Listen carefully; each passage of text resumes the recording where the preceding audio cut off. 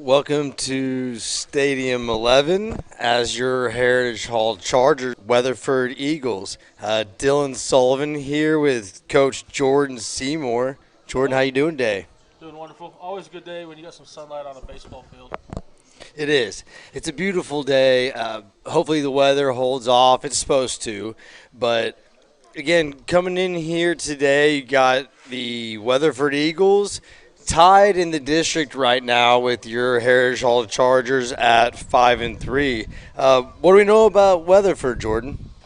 I don't know much about them this year, but I know from previous experiences of being the head coach here to the baseball program that Weatherford is always a competitor, always going to make it a tough 7 innings.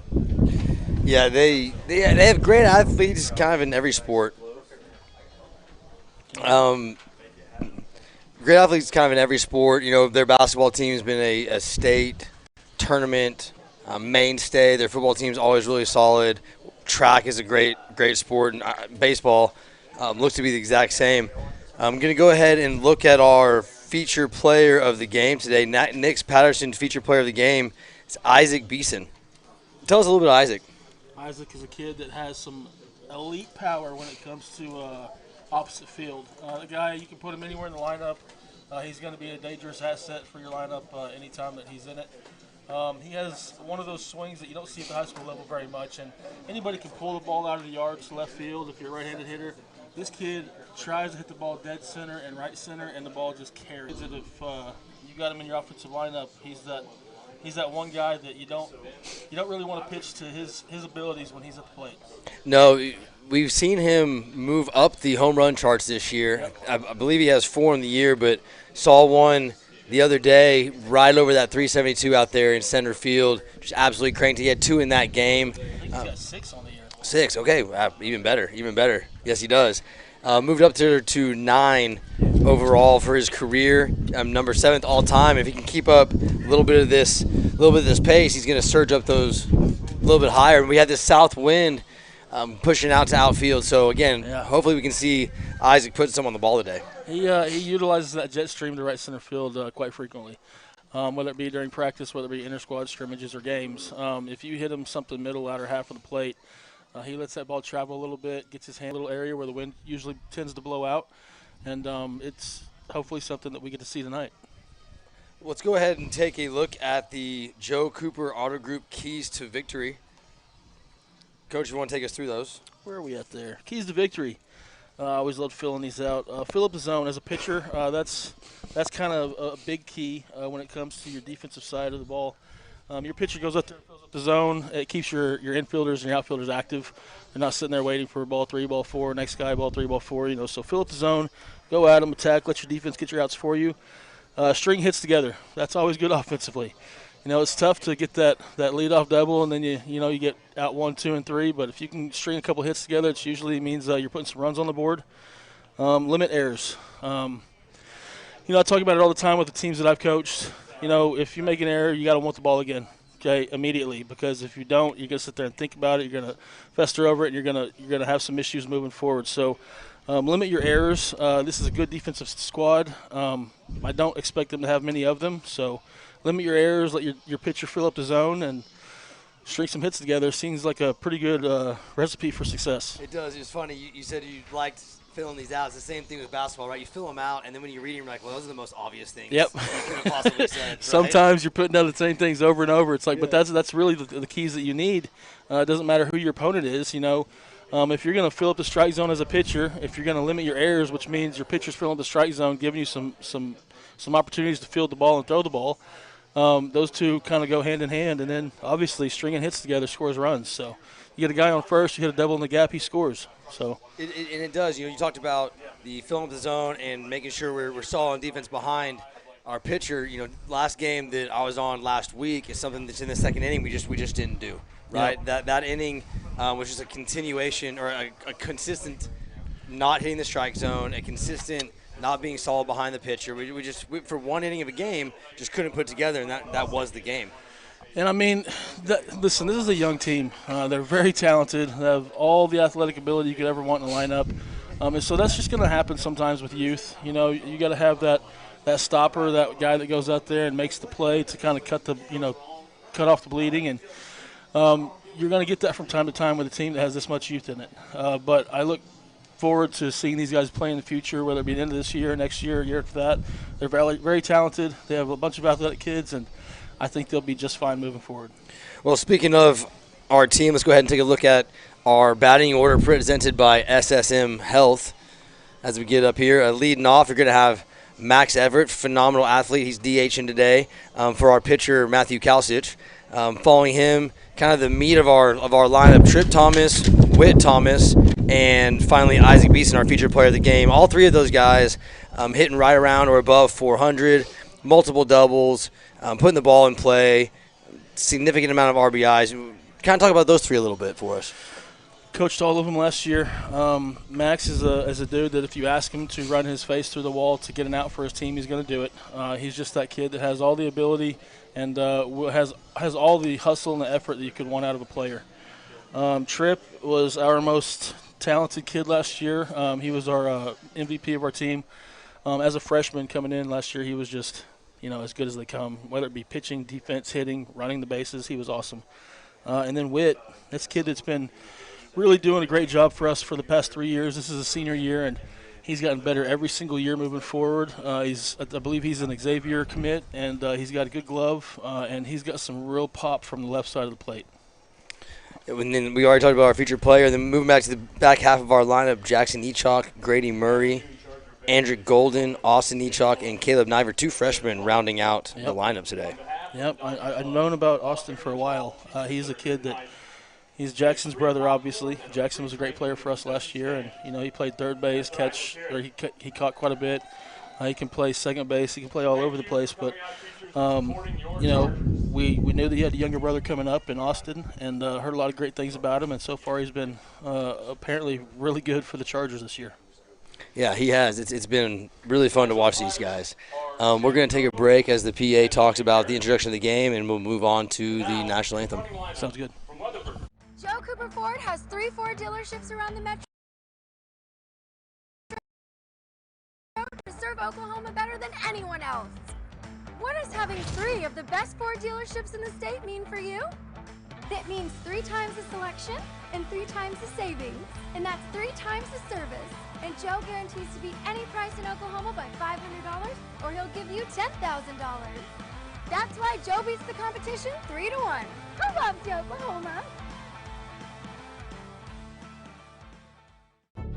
The elite always work to get better.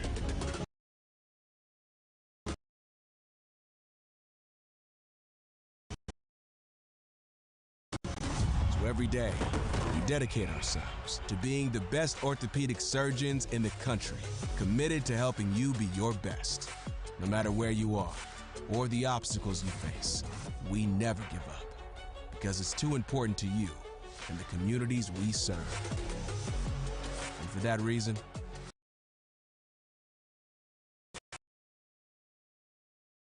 Saints march on. And hitting ninth and playing center field, number 8, it's Ben Tucker.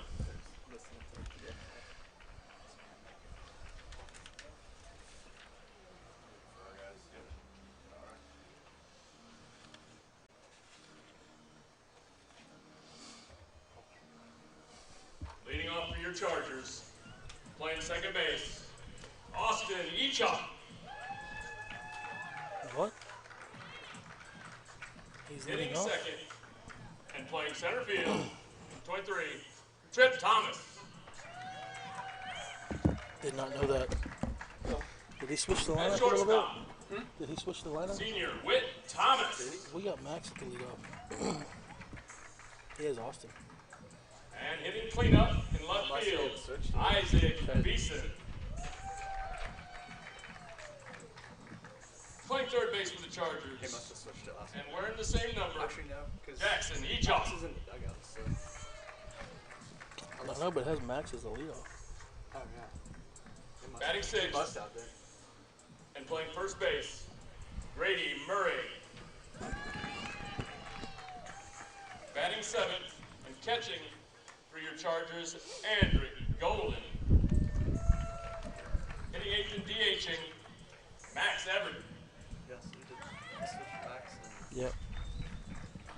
switch those two. Hitting ninth and playing right field, Caleb Nair. I've been wanting to watch this kid play. And on the bump for the Chargers tonight, Matthew Kausich.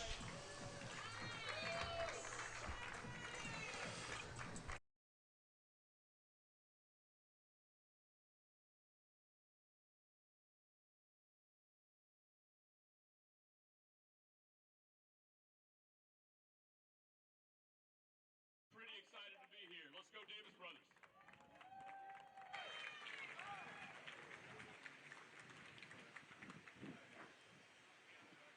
Ladies and gentlemen, please rise. Down with your hats. We honor the flag for our national anthem.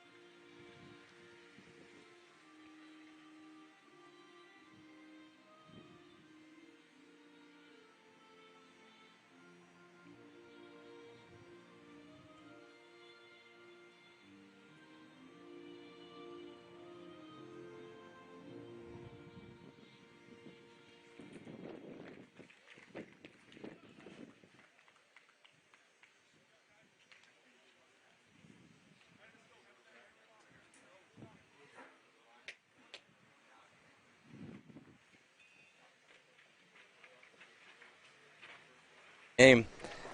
Looking into this game, what the Chargers have been doing a little bit lately. Last week, had a win over Elk City and a home loss to Elk City. We scored the same number of runs in both games. Defense and pitching were not as consistent. Right, we gave up 5 runs on the road, and then gave up 15 back at home. Moved on to the Jones tournament, where we beat Fort Cobb Broxton in a 5-0 shutout, but then backed it up with some losses to Jones and Cashin. So hopefully we are here to kind of right the ship, especially in district play, Jordan, as we go towards trying to host a regional this year. Got to stay up there in district play. We have a tie with Weatherford. We're now in a tie with Elk City. We need to be putting ourselves in position to host that first round of playoffs. Absolutely. Yeah, and I mean, one thing you can say about this offense is they can put up runs. I know if I was a pitcher for this offense, I'd be feeling pretty good about just filling up that zone and, getting my outs that are given to me and letting my offense go out there and score some for me.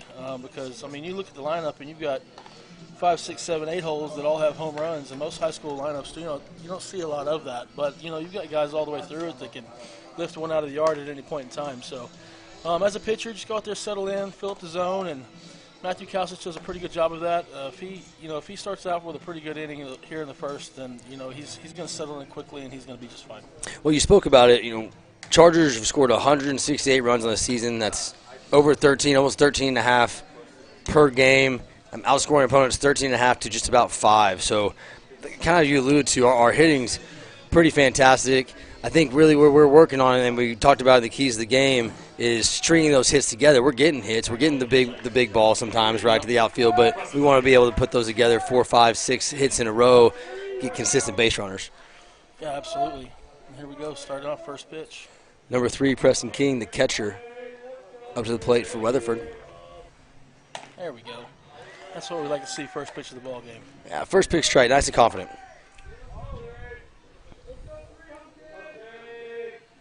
There we go. Way to work ahead.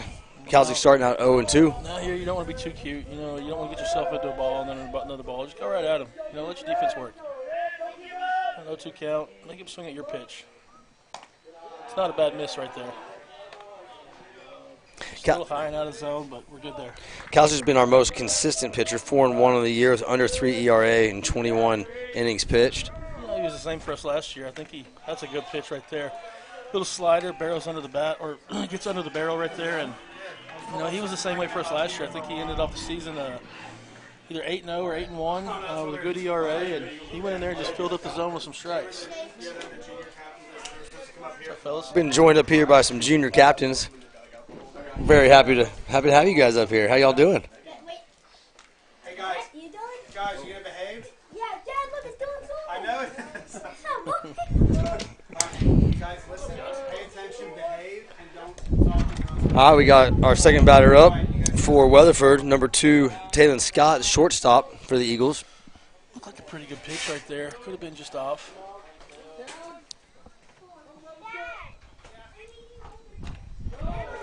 That's a little out. So you go out there and you get the first batter out in 4 pitches. You want to dominate and you want to go at him right here. So don't get him 2-0, don't get him 3-0. Just go at him. Let him hit the ball.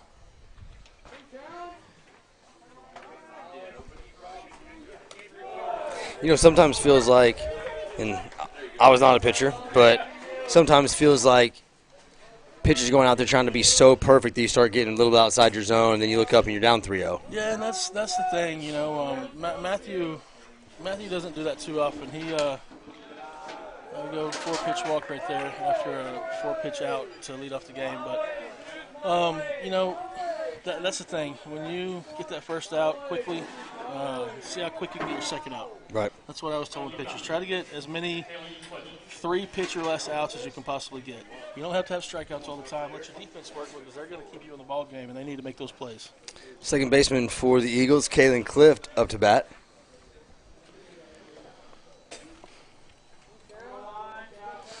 Kalsic. Pretty good lead over there at first. Good idea. It's a pretty good Little move. two. Pretty good move. Put it right on him.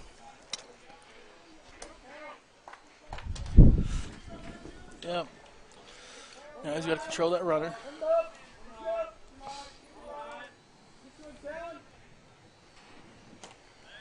It's a good pitch right there. I think that was a fastball he swung a little early on, so you can see a nice slider coming here. Let him get a little more out early and swing something off the plate. I'll tell you, Coach, what's fun having you in the booth. I get to learn a lot. I would probably throw a slider here out. Yep. That's a good pitch. That's got to be tough to lay off of. Yeah, it has as to a be batter. tough to lay off of. That's a great eye. You got your middle infield double play depth right now. Looking for a ground ball here. Get us 2 outs and in the dugout. Something we did turn last week, turned a handful of double plays. Weight was fantastic coming across. Oh, yeah. There you go. Go at him again with that fastball. Now, you pitched him out, out, out. Might sneak one in here on the hands just to change up the side of the plate a little bit. It's one thing I noticed early in the game last week. Tripp really worked opposite side to the zone. Obviously, Chuck helping him call those pitches, but really, Oh, yeah, he may have been going on that one. He was leaning a little bit.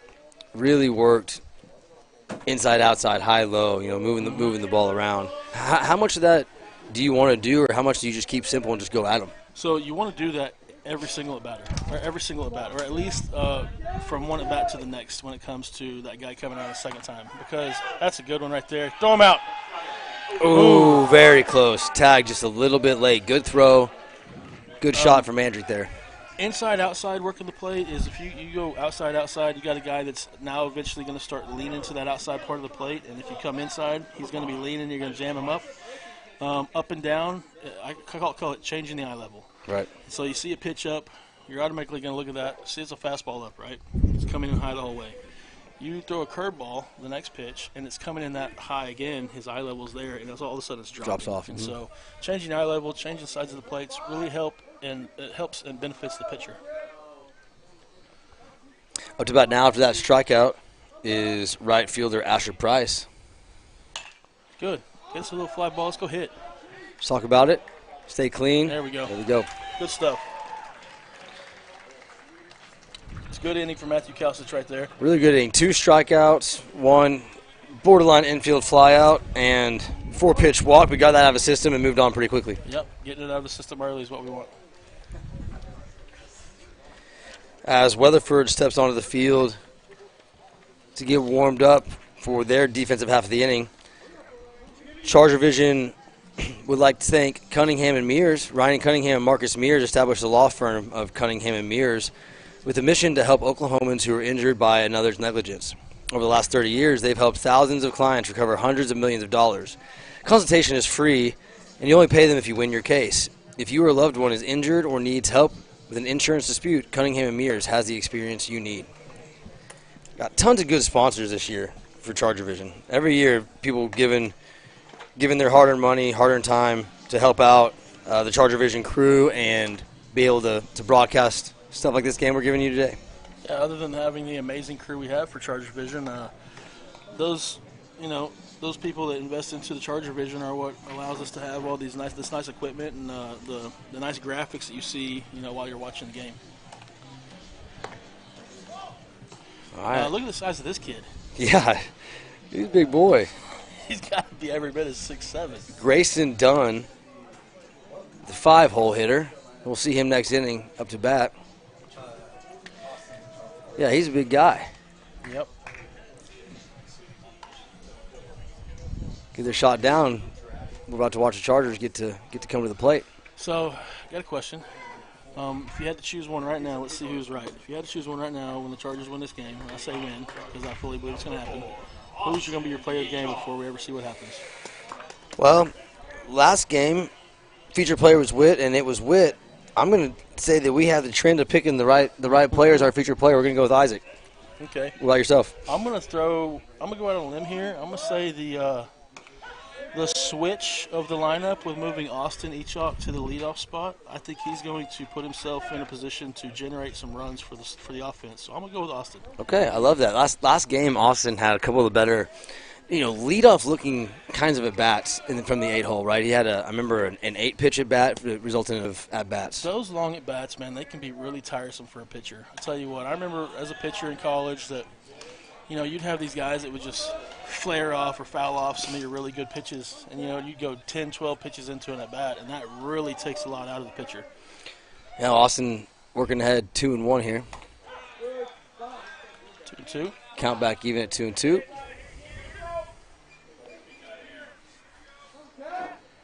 Well, this is my guy. I'm his biggest fan all day, other than his parents, of course, who are Oh, up yeah. in the stands.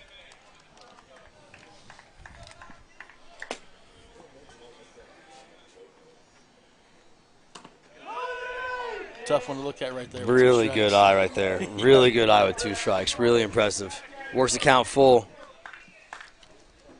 As a pitcher, what are you doing here? You trying to fool Going him, or at you him. just coming at it? Going at him. You want to get that leadoff out, go at him. He There we did, go. and Austin made him pay. There's my dude. I think that was a little off-speed pitch. It was. Had some sink to it. Looked like it was an off-speed. Up to the plate next, we have Tripp Thomas. Tripp's batting .409 in the year with 7 doubles, a triple, and 2 home runs with 17 RBIs. Really dangerous hitter when he's on. I tell you what, we could do anything with him last year. We could drag bunt, we could bunt for base hit, we could, he'd hit doubles, he'd hit gap shots, and he just found a way on for us. He was our leadoff last year, and he just found a way on, and he was really a spark plug for our offense. Well, kid threw a full count curveball. Now he threw a leadoff curveball. So this kid might be somebody that pitches a little backwards. We were talking about Tripp last game. Just kind of a fighter. Just kind of a guy who goes out there and just tries to get the job done, however it gets done. Mm-hmm. Now he's got 2 strikes. He's got to battle up, and he's got to put himself in a position just to get the guy over. Hey, in pure Tripp fashion, dare to battle. Yep. His job right now is to get that runner to second base. Way to fight it off. Tough pitch. Just shorten up the swing a little bit there, get off his hands. Now that was up in the zone, so that's changing the eye level Yep. a little bit. Let's see if he comes back down in the zone here. You see breaking ball here probably. Oh, he went back up. Oh, come on.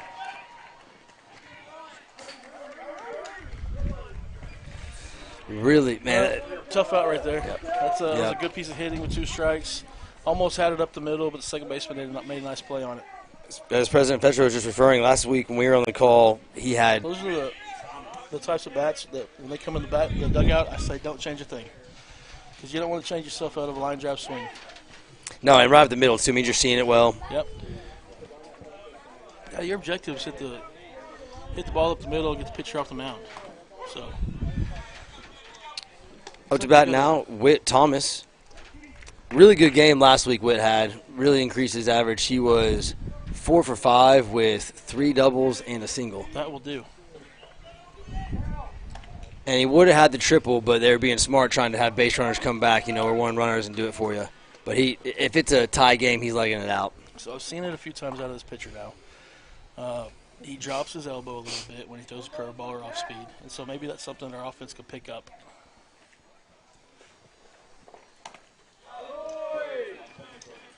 A little ahead of that one.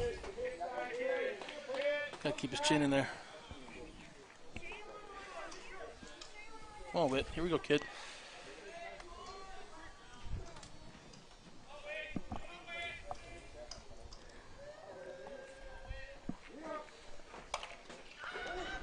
Got somebody. Ooh, that's right in the ankle.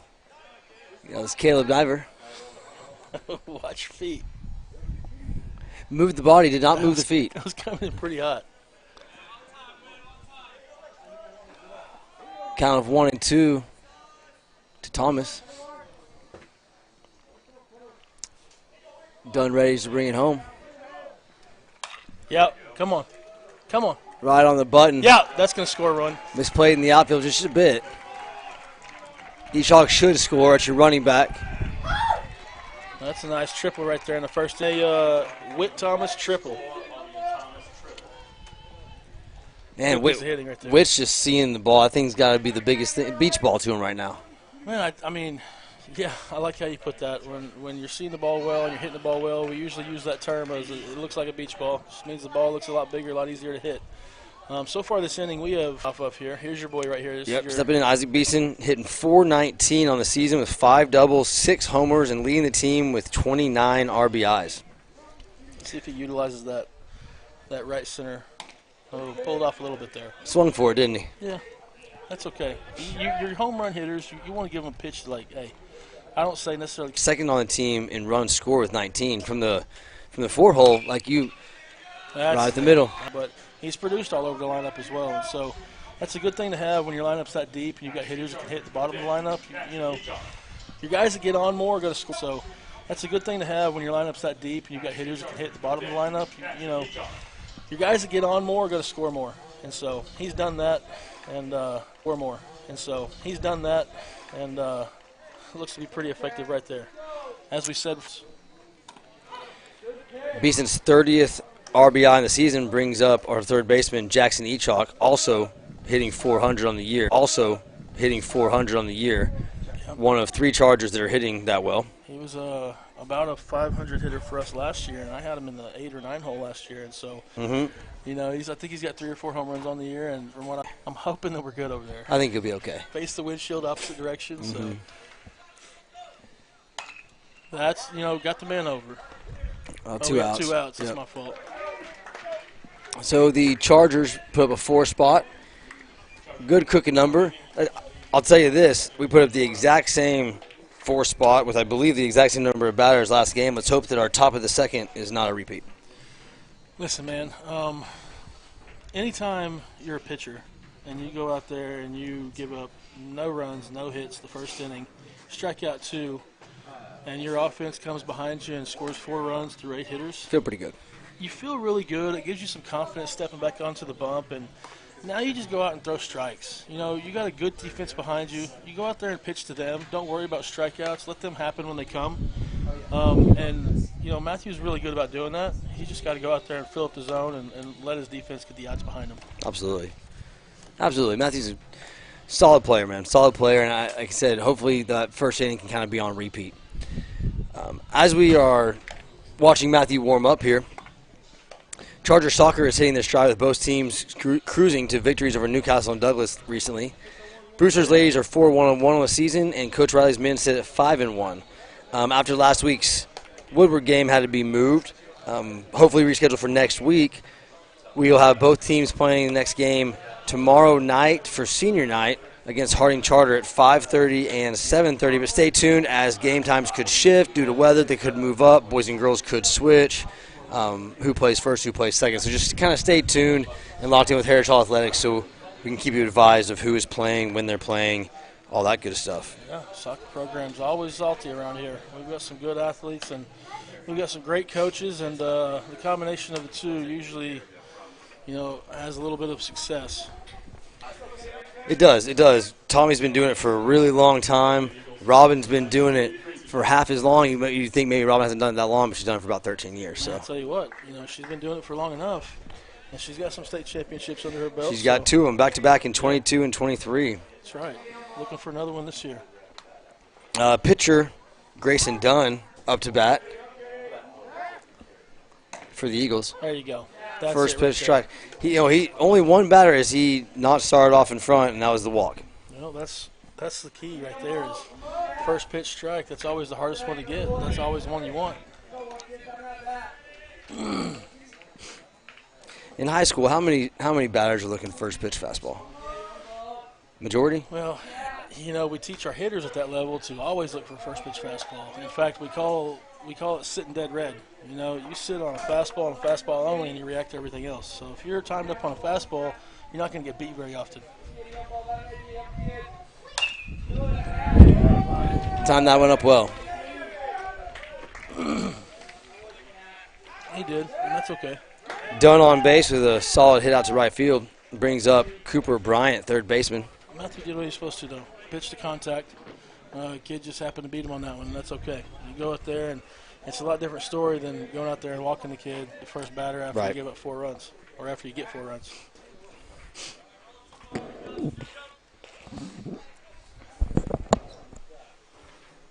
Looks like Draper over there at first or third base coaching box. It does. Pitch gets away.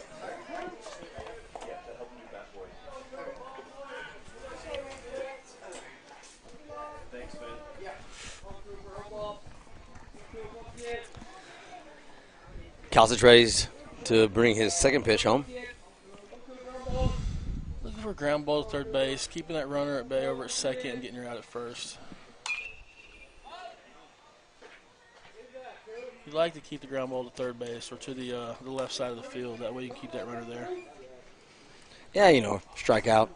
Strikeout baby always pop works, up, always good. But I'm sitting here talking about pitching to contact. You're right. No, Get you're your right. strikeouts You're right. when they come.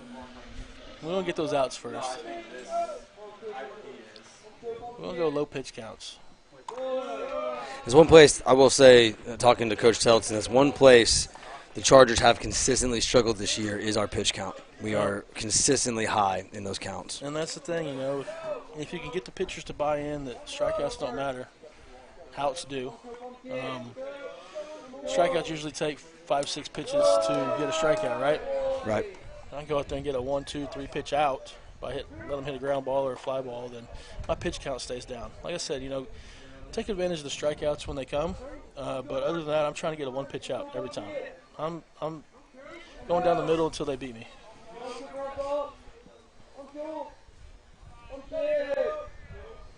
There we go. We'll take the fly ball. It's a big fly ball. Way to talk about it. Here we go. Settle in now, kid. Brings up designated hitter number 15, Gavin Minter. It's big, no outs, runner at second to now have an out, runner still at second. Yeah. Now we get one more that will pop up on the infield. We'll be in great shape.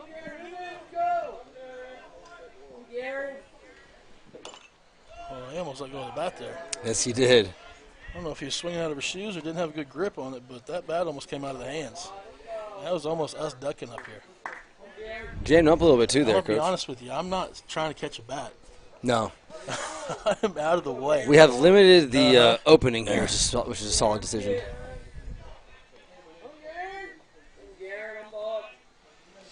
Yeah, go at him. I love that. We talked about the nice equipment we have up here earlier, thanks to all of our sponsorships. We would have needed some more sponsorships. I'm not protecting the equipment. Yeah, I'm not protecting the equipment either. I'm protecting myself. That sounds selfish, but in the same right, it's a bat. Yeah, last time I checked, those are made of metal. Yeah, I'm not. Squared that one up. It's a hard hit right at here. There center field. There you.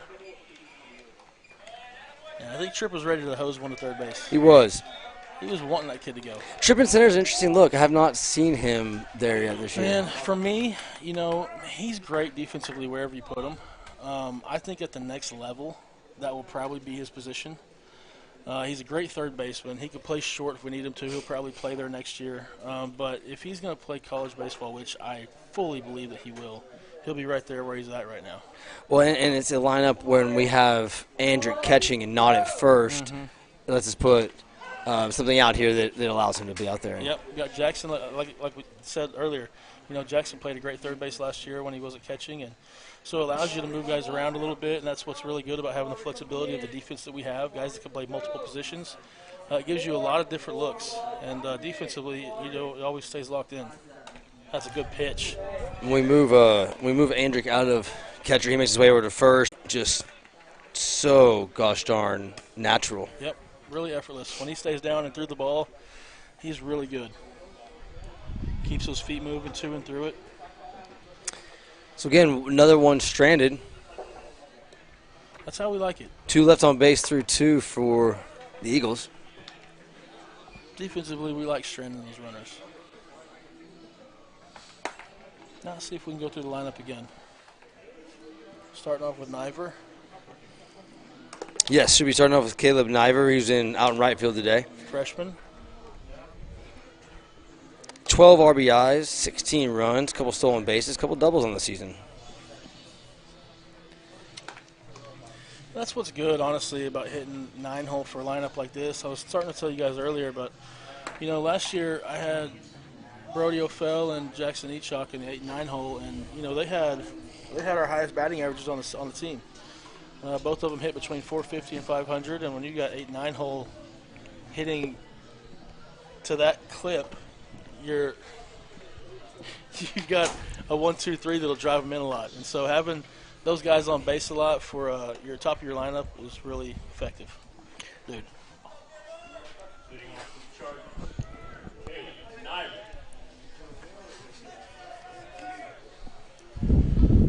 Leading the Chargers off at the bottom of the second, Caleb Niver, freshman, right fielder.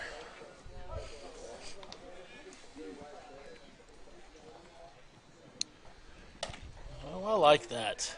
Really love that. Third baseman's playing behind the bag. You're fast enough, can put a good one down the line, which has got to be fair or foul.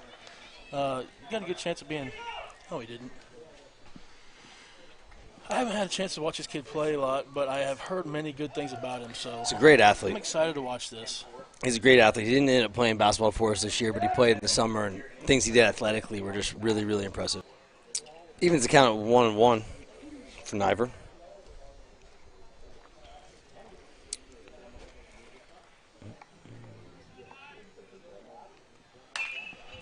Little flare, might get down. Looks like second baseman's going to be on it. With this little covering we have right here lowered, you can't see really where the fly ball's going, so you got to start watching the defense and seeing how they're tracking it. Back to the top of the order with Austin Echok. In the first inning, he hit a line single to left field and started that rally off that we ended up getting 4 runs.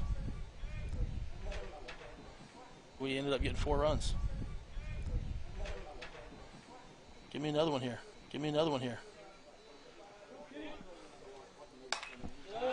Let that ball get a little deep on him. Not too bad. We're good there. Trip, you got line up the second.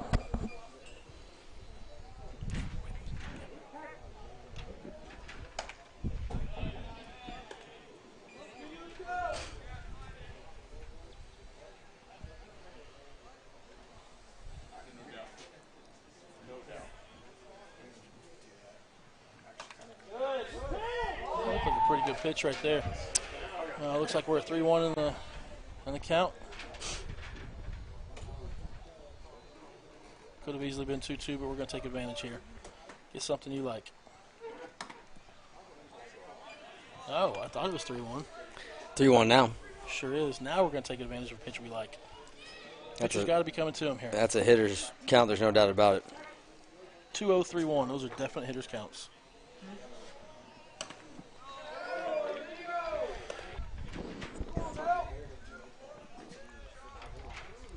Echok with another at least. Strikes That's out. by the catcher there. Second at bat. But again, he himself has caused 13 pitches just at his 2 at bats. You know, I mean, as a leadoff, that's exactly what you want. You want that leadoff trying to get that pitch count up for that guy right there and the rest of your offense. Lined out last time, Trip Thomas on a hard hit ball to second. And, Swings at the first pitch. You know, with your leadoff seeing that many pitches, it also allows him to go back to the dugout and tell everybody what he saw. And so, you know, that's a really good thing and a really good, effective tool to have for your offense. 3 up, 3 down for the Chargers there as Niver flies out to second. Echok strikes out, and Trip Thomas flies.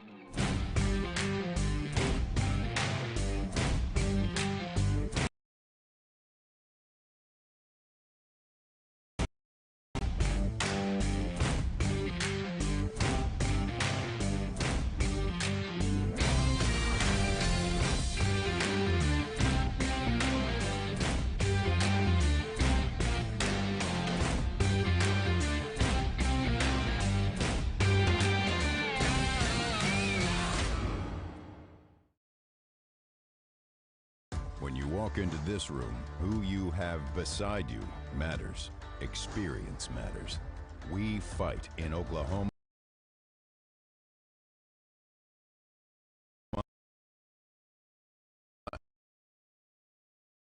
and around the country, standing toe-to-toe against the most powerful adversaries in the world, and we win. Our record speaks for itself. Our verdicts and settlements speak for themselves, and we want to fight for you. Nick Patterson. Oklahoma attorneys with world-class experience. You guys are back.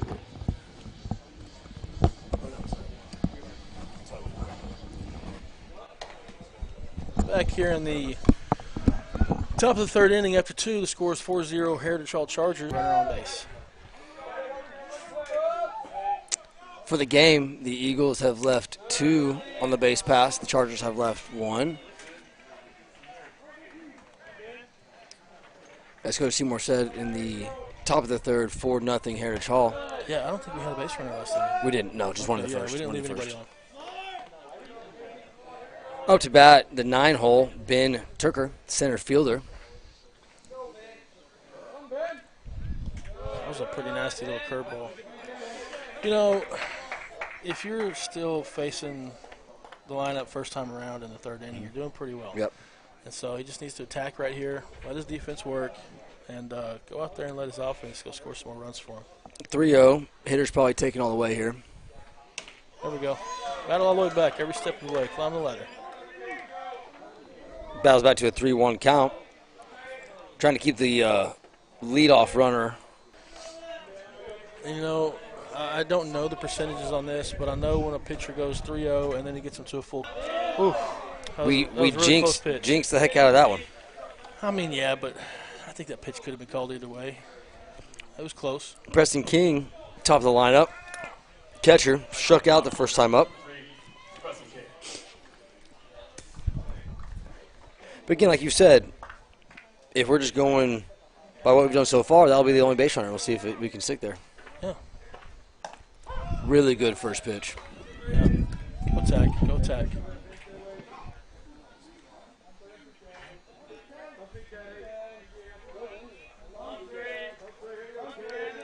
Not much of a lead over here at first. A deeper lead.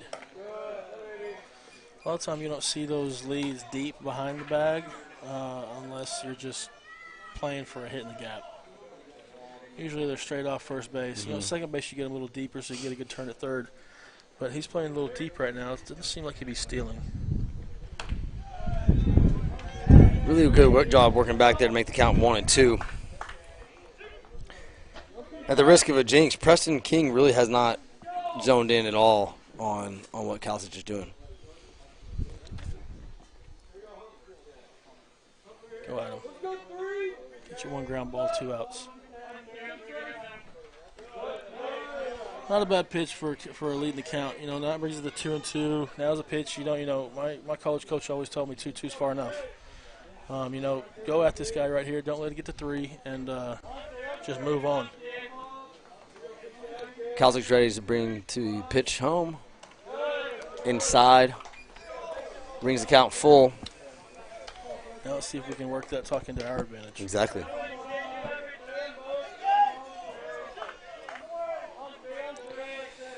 Again, not really a threat over here at first base. Focus on your batter. Deuce a ground ball. Comes high and inside for a walk. You think of it offensively. You're down 4-0 third inning. Get the leadoff guy on. You're not usually going to try to steal him because then if you get him thrown out, momentum is gone. Right. So in that situation, you're just trying to get another guy on base. So now you can potentially see a bunt here, move guys over second and third, less than 2 outs. That's going to give you 2 opportunities to drive 2 guys in. So in my position here offensively as a coach, my guy is squaring around a bunt until he gets to 2 strikes. And even at that point, you might be bunting for strike 3 too. Well, and again, I'm profiling here, but shortstop, I'm thinking he's got some decent speed on the base pass too, getting out of the box on a bunt. Yep. You lay down the right kind of bunt, you're just moving everybody over, but he's going to put some pressure on the throw. Yeah, you might see a wheel play here, which is going to be your shortstop taking off to third base. Your third baseman will be coming in expecting the bunt. And then if that gets ran effectively, you might see the wheel pick where the shortstop takes off, second baseman comes in the bag, and we pick off to second base. Number 2, Talon Scott. Again, as we mentioned, the shortstop heading up. Walked last time up. I'd imagine we're running the wheel play. You got to think that nope, just playing defense solid. Yep, there's your bunt. Right back to the pitcher, go 3. Oh, he's not there. See, that's one thing, Jackson catches a lot. He's a good third baseman, but that ball bunted really hard back to the pitcher. They had to play to get to third base and get the lead out. You obviously want to get your out number 1. But if Jackson had been back to the bag there on third base, he may be able to get the play at third. But I'm imagining that Jackson was probably communicating with him that he wasn't going to get back, so go 1. Yeah, and really good job by Echok, younger Echok, moving over from deep in the gap in second to get there just in time for the runner. And it was a good lead throw by Kalsick. It was. To throw to the bag and hope he gets to it. That's just trusting your defender. Need to battle back and get it out here. Like we said, offensively, you expect the Weatherford to bunt in that situation. Now they've got runners on second and third with 2 outs. They've got 2 opportunities to drive in 2 guys. Yeah, good small ball play there, giving yourself a chance to score some runs. You really can't go another inning of no threat. Right. I mean, yeah, you're down 4-0. At this point, you got to try to put something on the board. That was a healthy swing. Evens the count at 1-1. Kalen Clift, second baseman, up. Struck out last time. Now your infield has to have diving bodies. 1 might score, but you can't let 2.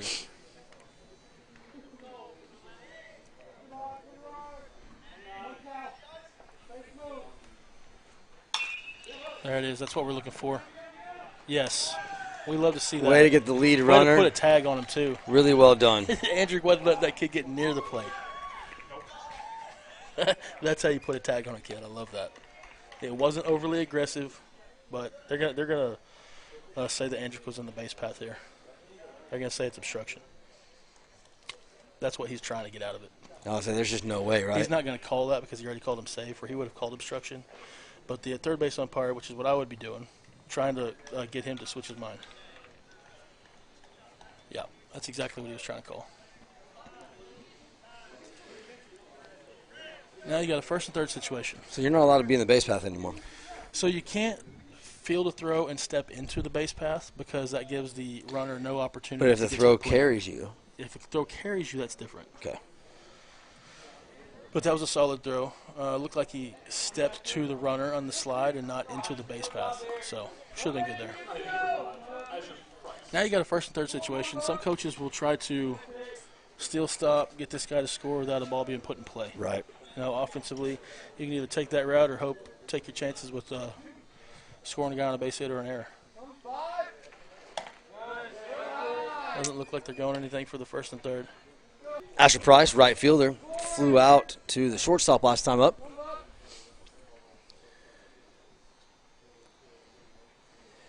Be a huge momentum killer if we're able to get out of this unscathed. Jackson played that ball really well. It was a nice little what we call candy hop. You know, it was hard hit, but it just, you know, he didn't really have to move anything, and he got catch the ball in the chest and threw it right to the plate. Solid throw. We beat him by 10, 12 feet. So it was executed perfectly, and it's exactly what you want. Count rings to 2-0 in favor of the batting Price. Is where you got to go at him right here. Good. Low outside fastball, tough one to hit. Also 2-0 pitch. It's not what he was looking for. Caltech battles back to 2-1. See if he can even up the count. Runners will be going on contact. Runner might be going. That trips all over it. Center field moves over to it. Trip Thomas puts him out.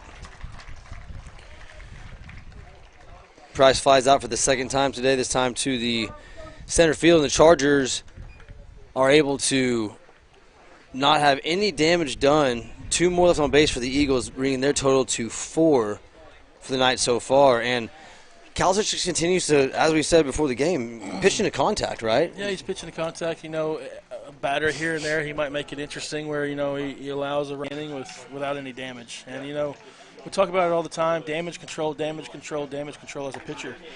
You know, you may get a leadoff walk, but that guy doesn't do anything if you just put the ball in play, let your defense work. And that's exactly what happened. We got runners on second and third with nobody out, or with 1 out. And, you know, you got that ground ball to Jackson, threw him out at the plate, nobody scored. Got runners at first and third, now with 2 outs, and then he just, you know, induces a fly ball to one of your most.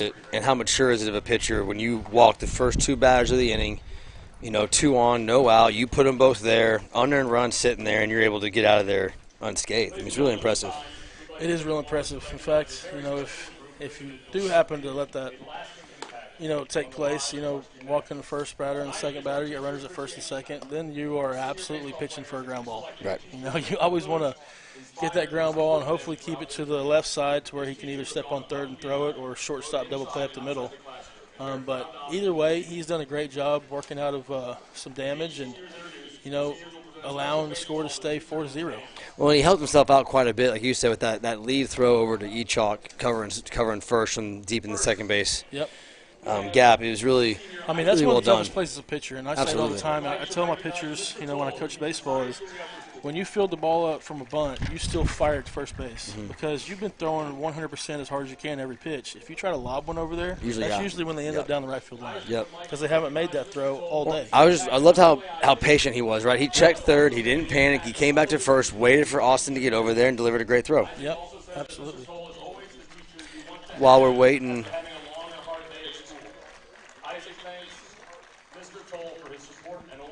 Isaac Beeson was honoring Mr. Toll, our science teacher. Very cool deal. Going out there to the crowd. Now Whit Thomas doing the same thing for Mrs. Williams, freshman math teacher, Algebra 1. As we're recognizing these teachers, we'll also recognize a couple sponsors. Big thank you to another proud supporter of our Chargers, Dr. Joshua Blue Spears. Do you want to perform at optimal level? Come join the million other high school, college, and professional athletes and get adjusted before or after the game. For more info, follow us at JBS_chiropractic on Instagram. And Injectable Aesthetics proudly support the Chargers. Look on the outside as young as you feel on the inside. Follow us at Injectable Aesthetics OKC on Instagram for more info. Used to always be websites. Now it's always Instagrams. You know, I mean, whatever works, right? Whoever gets the job done. There's more people on Instagram than are going to be following to your website, so you can also market pretty well through that stuff. The thing is, we got some great sponsors. We got ways to get a hold of them. Charger Pride for Heritage Hall's 3 National Merit semifinalists, Stavros Crescent, Audrey Flynn, and Finn Martin. These academically talented seniors scored among the top 16,000 out of 1.3 million juniors who took the PSAT last year. Stavros and Audrey advanced to the finalist stage where about half the applicants will win a National Merit Scholarship. Congrats to Stavros, Audrey, and Finn, fine examples of the school's mission to learn, to lead, and to serve. Whit Thomas up at the plate. Flies it out in foul territory. Wynn caught the ball. Third baseman lost it. Witt gets another chance after being a bit frustrated with his performance there.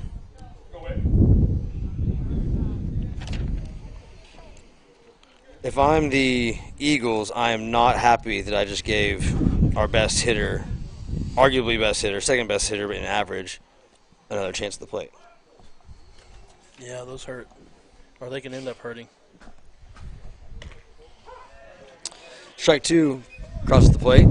Witt falls behind 0-2. Didn't like that call. He's talking to the ump about it, trying to figure out where the ball was. That's a good thing about Witt is he doesn't care if there's 0 strikes or 2 strikes on him. He's going to have the same swing. He's going to put it in damage control somewhere.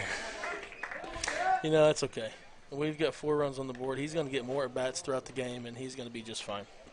Strikeout looking for Witt. That at-bat started off in a mentally frustrating way. I don't think he ever really got out of that.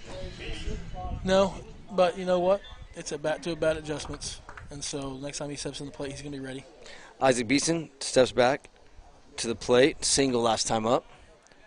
Witt starts off with a triple, so having a strikeout in the game is not going to hurt him too bad. It's not going to hurt our offense too much either. We'll be fine.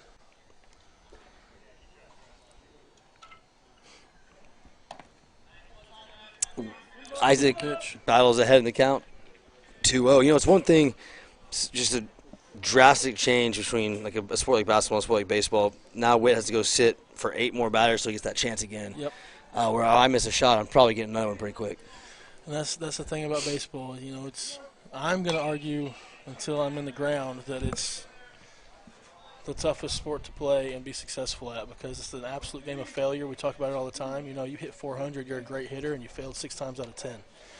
And it is those in-between moments where you have to wait 2 innings to get another at-bat that you have to make your adjustments, and good hitters always do. Baseball and Oklahoma weather is about the only things you can do at that amount. You're really good at it. Yeah, man. As a weatherman, you can be right 30, 40% of the time, and you're good at your job. Baseball player, the same. In this state, God, the weather's impossible. Yeah, it is. This morning, I wouldn't have thought that we were going to have nice weather for tonight. Counting even at 2-2, now worked full 3-2 for Beeson. I'm waiting to see one put in. He's going to put a charge in one here in a second. If somebody, we've been hitting a lot of ground balls up the middle, seeing the ball well, putting it on the threads, all that good stuff. But if we put one up in the air, we lift it and give it a chance. Oh, he tried. The wind's gonna do its job. It's blowing hard out of the south. Yeah, I mean this field is set for if you got a south wind, it is mostly blowing right out of that 352 sign in right center, and that plays well for his swing the majority of the time. You let a ball get deep, he's taking it. He's getting his pitch. He's fouling him off till he gets it. It's coming. He is I got a feeling here. Moving up to his 8th pitch of the at-bat. Really good at-bat for Isaac here. Fell behind, or went ahead, 2-0 to start the at-bat.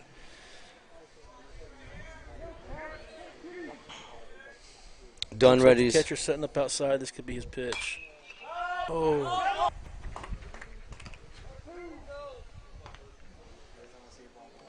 That brings Jackson Eachop to the plate, who had a double on the last at bat.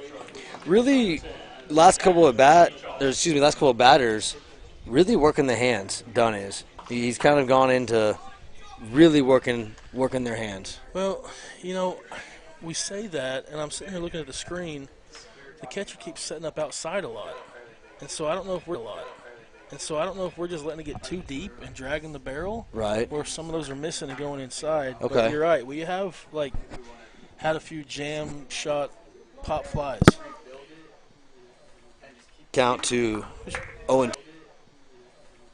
Count to 0-2 on each arc. Who's parked over here? Not the best spot. It was so close. Oh man, it is close. But there's also there's a. I bought windshield insurance. So, Coach, tell me, having this, yeah, if we don't need to be swinging for. Oh, that's trouble. Damn, I did not think the center fielder. Good coverage by the center field. Good coverage by the center fielder. Yeah, I mean, we got that 4-run cushion, and those were all nice line drive swings. You know what I mean? So we've got that lead, and now I think we've got some guys that are, maybe for that one at bat, they're trying to see how far they can hit the ball. Right. And, it's not it's not working to our advantage right now. So hopefully next time around they're going to go back to the line drive swings and get the next guy up. And like we said in that keys to victory, stringing hits together. Right. Because that key and to it works in victory the right first. there, It works in the first. a lot. Yeah, so we went through 8 batters and 5 hits, I think, or maybe 6 in the first inning by just stringing hits together. So got to get back to that next inning when we go to the plate. Spark proudly supports Heritage Hall Athletics. Fuel your Charger pride with burgers, bites, and cold delights. Come see us before or after every big game in Chisholm Creek. Follow @EatAtSpark on Instagram for more. Fun little story for you. We have a basketball banquet a week from Wednesday, and we will be catering in Spark.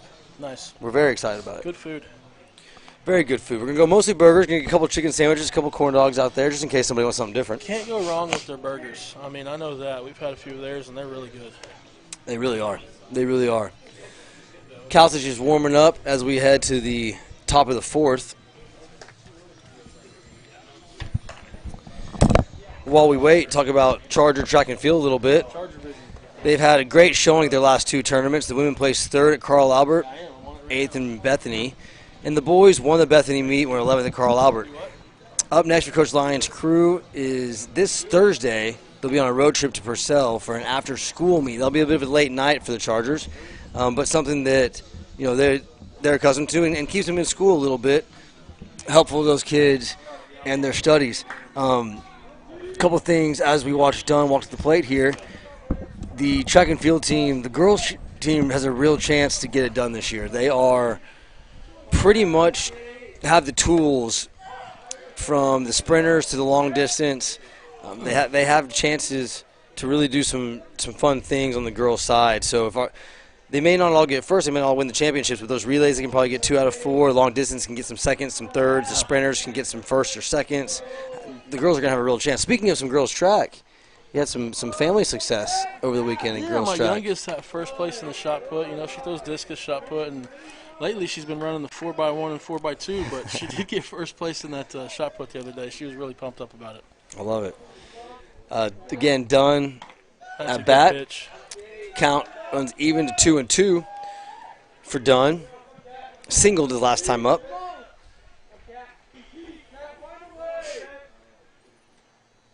Oh, that was Great filthy pitch. I'm sorry. Good morning, good afternoon, and good night. That is the epitome of a strikeout pitch. Dude, I tell you what, that started at the belt and ended at the shoelaces. Strikeout brings up number 14, third baseman Cooper Bryant. Flied out to first base last time up. See if we can get another one. That kid was looking all the way. Yep, he was. That's good for Matthew so far. First 2 batters of the inning, he's started out with strike 1. Most important strike of the at-bat. Get our ground ball, work through it. Kick and run. Kid can run. Had a little bit of communication on the depth over there from third and short. Looked like Witt had to slow up a little bit. Jackson did a great job staying out of his way, not running into him. Yeah, I mean, that's a tough play for both because both of them feel like they had the range to get to it. I think once Jackson realized that Witt was there, he tried to bounce. But good play either way. Witt stayed through the ball, tried to make a good throw across the body, and the kid could just fly down the baseline. Yep. On the run and falling away from the play. Number 15, designated hitter Gavin Minter's up. So we have 1 out.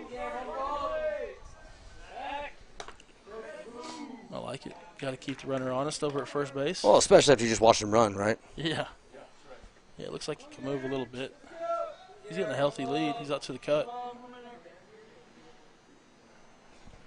He might be challenging Andrick's arm here in a minute. I'm going to do my best not to yell runner when he takes off because Andrick's trying to, stick those pitches for strikes, but I'm going to do my best not to yell runner.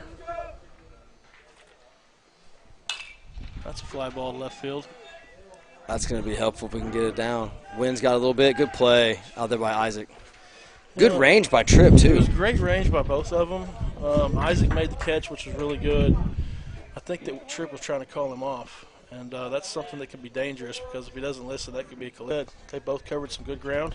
First over here, Bryant stealing, and you don't do it, and then you fly out. Yeah, what a pick move.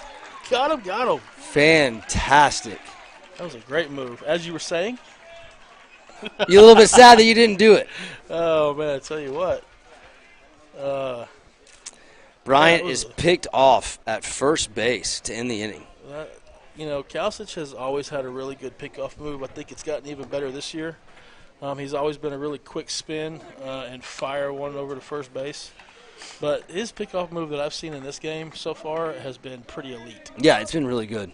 We're moving to the bottom of the fourth. That's going to bring up Grady Murray.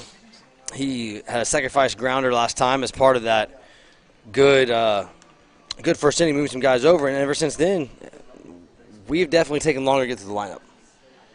Yep, we have. And that's that's always a good thing for the Chargers. Always.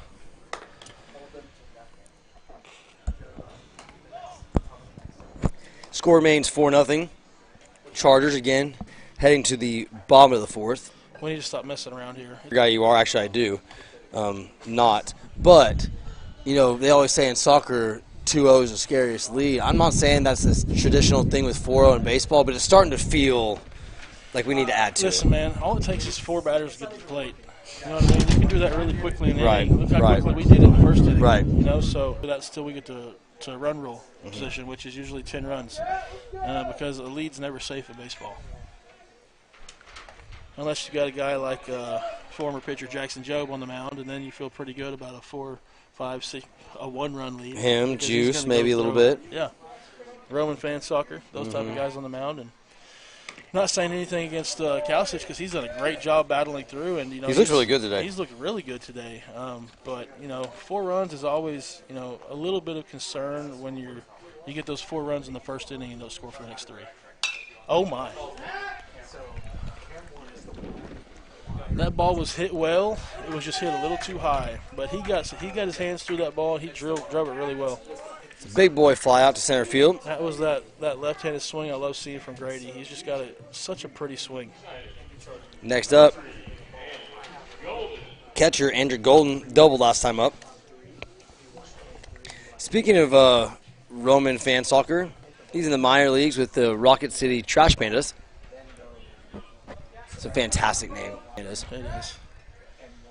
And he's a fantastic pitcher. Ball, 7th, has yet to record a stat, but assigned to the Angels on March 7th. That's pretty awesome. I think he was a 10-plus wins 3 times in his career for Heritage Hall, maybe 4. I don't remember what he was as a freshman, but he did some impressive things for us when he was here at Heritage Hall. And he was a really good basketball player. Oh yeah, dude, I know.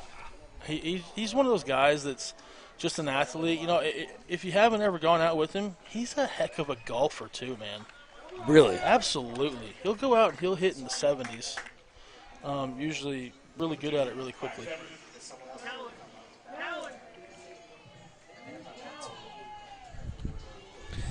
Max Everett had a short fly out to center last time. So I want to see one of these nice line drive shots from Max between third and short. I want to see him run. He's going to hit a line drive between short and third.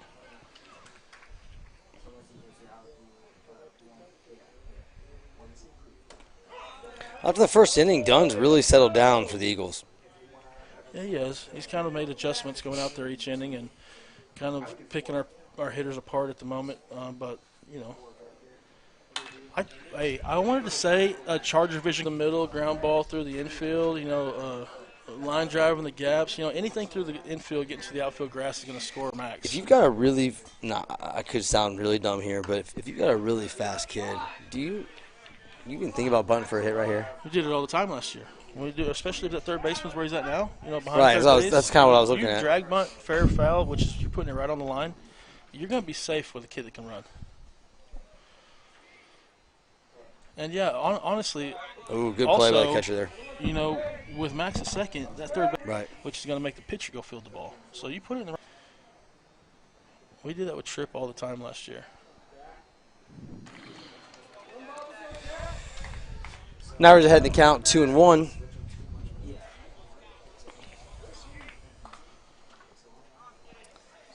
Now See you're if- just looking for a ground ball through the infield. Yep. See if we can get done a little rattled here. A ground ball in the hole. Just get her turned over. 2-out rallies are always fun. Did he hit it hard enough? Ground ball through the hole. He did. Really well done. Yeah, Brings Max home. That's a base hit either way. It is. Agreed. I mean, even if he put a glove on that, he's going to be safe. Yep. You know, that's a base hit in the books all day. And really good job, a guy as fast as Caleb. If he doesn't get a body on that ball, Caleb's probably sitting second. Ball in play and try to make something happen. He didn't try to do too much. He put the ball in play and used his feet. And by the time I looked back to see where Caleb was, he was down near. But those are the ones where, I mean, that may have been called a hit and run. You know, who knows? You know, he takes off and he hits the ball down the line or in the gap. He's scoring from first. Yep. Yep. Exactly.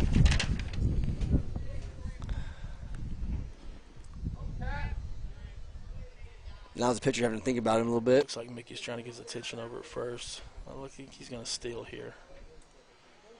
I can see it happening because you got your leadoff up at the plate. You get thrown out, you start at the top of the order. If you don't, you got him in scoring position with your leadoff. It's a good call. Well, maybe it wasn't. Or maybe he missed a sign. Mickey did give him a bit of a head tilt. Yeah, he did. Bit of a head tilt And that's there. okay. Maybe we're just seeing things. Well, Definitely going now with 2 strikes. And as a runner at first base, and you take off twice now, sprinting to second base, and you got to come back because there's a foul ball. You know, your legs are going to be a little tired, but it's still the situation where you're going to try to steal him. He might not now because he might not have the best jump, but Catcher's doing some work back there, keeping that ball in front. he is. Even at 2-2. Preston King there behind the plate. It's a couple he's been able to save. A couple he hasn't, though, and that did get us a run this inning.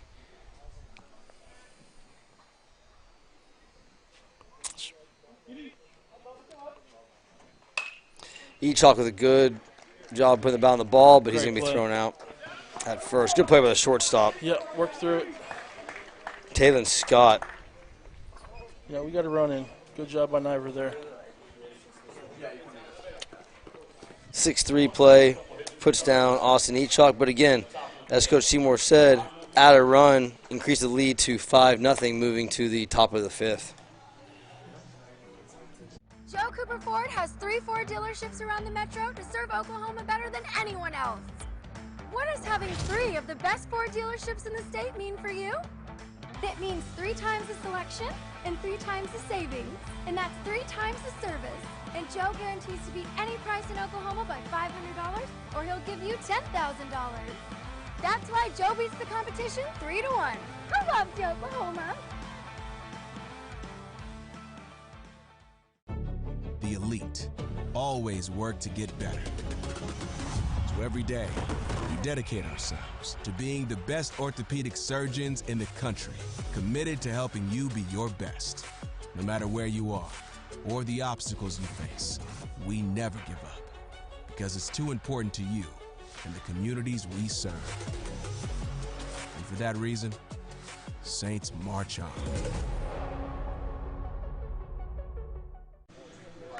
And we are back here in the top of the 5th inning. Chargers lead 5-0, and this is the point of the game now where Matthew Kausich, this is an important inning for him and the Chargers, because if he goes out there and he shuts them down and gets us in the dugout as quickly as possible, that puts pressure on that Weatherford offense to go out and score 5+ runs in the last 2 innings of the game. Well, it's one of those things, feeling-wise, right? It's like the last 2 minutes. I keep going back to basketball. That's what I coach, right? It's the last 2 minutes of basketball. It's the 2-minute drive in football, right? Yep. It's just so much harder, condensed time frame.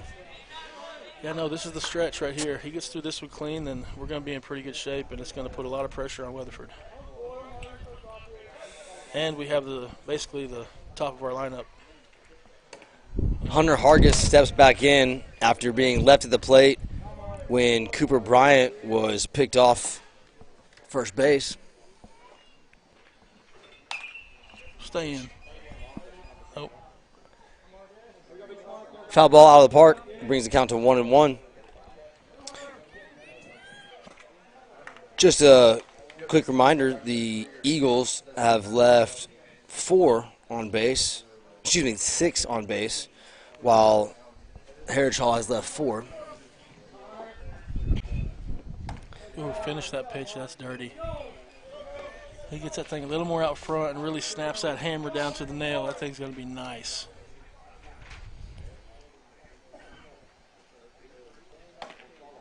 He made the adjustment there a little bit. He makes it just a little more of an adjustment. That's where he wants it, and that's going to be a watching look. Count moves to 3-1. I would imagine he's not going to go back to it. Not here, anyway. Well, he's got to get one down there. 3 straight balls high. Leadoff hitter is on. That brings up number 8, Ben Turker, center fielder. Walks his first time up. It's okay. We've seen this before. We've also seen Matthew work through it, have no damage when the inning's over, so we can do the same here again. That's all you're doing. You're 1 pitch away from getting 2 outs here.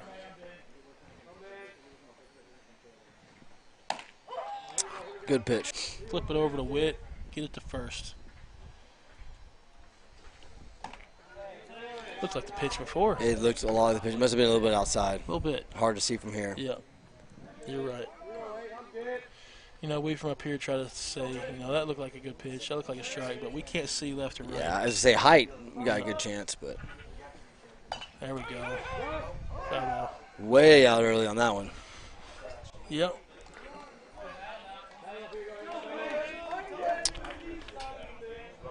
Ben Turker finds himself behind the count, 1-2. Again, walked his last time up. Still 1 pitch away from getting a double play here. Getting 2 outs and moving on to that third batter. Oh, gosh. Wow, that looked really good from this I angle. want to see a replay. It had to be out. Had to be. Looked really good from this angle. That was that adjustment we talked about, finishing out front with a curveball. That looked good.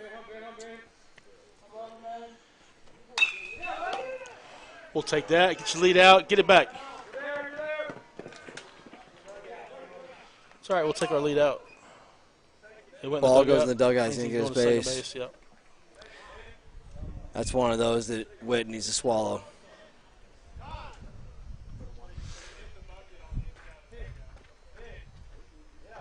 Which means he should stay if it hit the. Oh, it hit it on the inside, Inside of the the dugout, dugout. yes, If it was sir. outside, that would have been staying where you're at. That's one of those that Witt's just got to hold on to, take his lead runner. Well, yeah, I mean, I like two making something options happen. there. Grady, that ball was probably pulling him away from first base a little bit, which automatically going to second. If it was Adam or to the bag, then you're going to step on the bag and go 2. But that's just a tough one to turn double play if it's pulling him off. Right. So he made a great dig there, and threw it to second base on a strike, and Matthew just wasn't over there in time to get the ball whipped back to him. I'm having a conversation on the call. Again, what we heard was the ball hit the bucket inside the dugout. Moves the runner over to second. I mean, I don't know how that ball could hit that bucket. I looked down, and it's behind the fence. Unless they just moved it.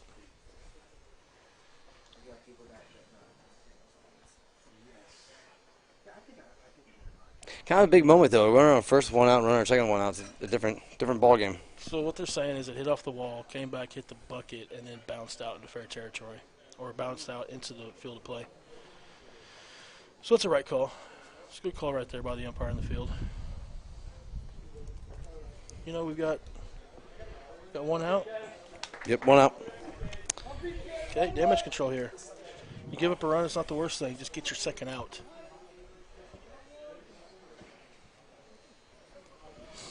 Another ground ball. Back to the top of the order, Preston King. He is struck out, and he has gotten to first on a walk. Infield fly ball would be elite here. That would be ideal.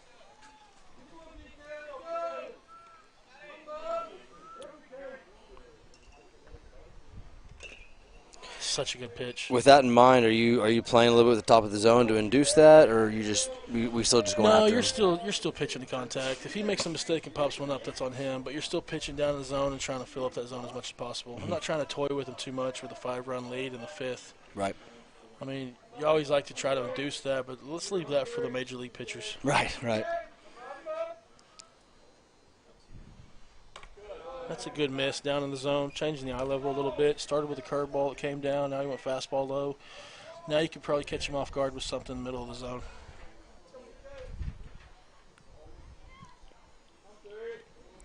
Cal's ready to bring it home. Even count. Oh, Now ahead in the I'll count. tell you what, if he throws that curveball and leaves it down there 90% of the time, he's going to be so effective. It's those that he leaves up a little bit that he looks like he's just this close to making a perfect strike. That right there is the one he wants to throw every time. That was beautiful. He's really been, knock on wood, a really joy to watch pitch today so far. Oh, my. What a play by the I tell freshman you what, Echok. that right there saved a run.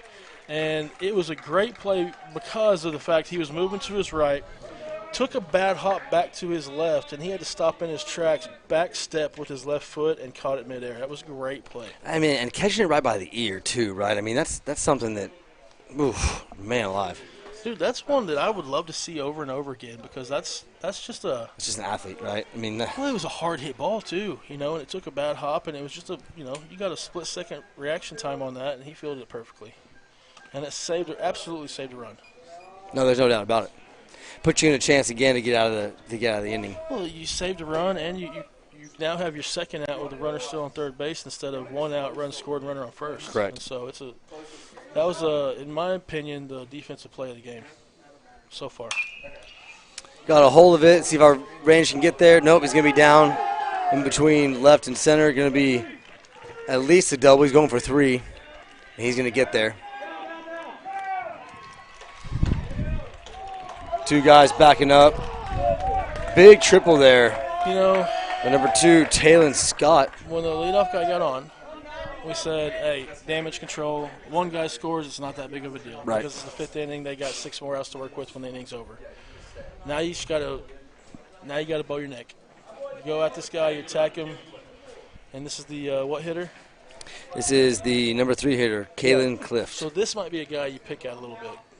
Don't necessarily attack down the zone and try to get your out. You pick out him a little bit, hopefully swings at your pitch. And if he walks, so what? You got to force it second and first. He has struck out and made it to first on a 5-2 fielder's choice. That was a good pitch. Again, we can't see left or right, but it looks pretty good.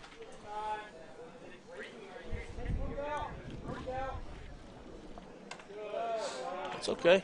2-0. This guy gets on. It's not a big deal. Because then you got to force wherever you want up the middle. But get him around the zone. See if he can swing at something you want him to.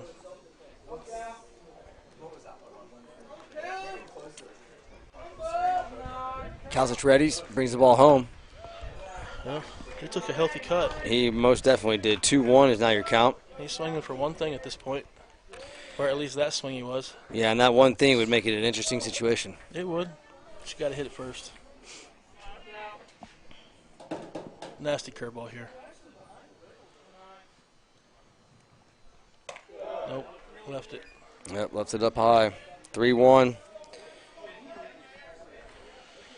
3-1, if I'm correct, the left-handed hitter he's got up next, I think he made him look silly a swing or two. He's flied out twice. Asher Price. Flied to short and flied to center.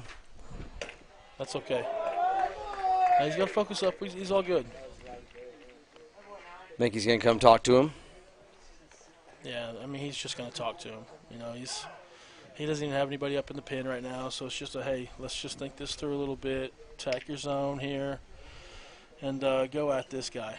I do wonder, with this team, how many guys is Mickey really sending to the pen? I mean, I feel like most of them they're going to pitch out there in the field. Most of them probably are. Yeah, you're right.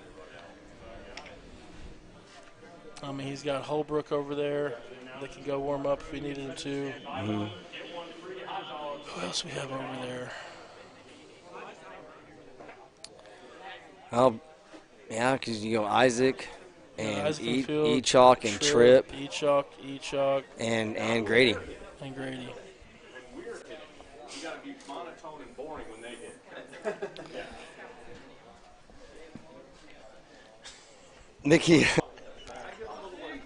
Mickey leaves the field.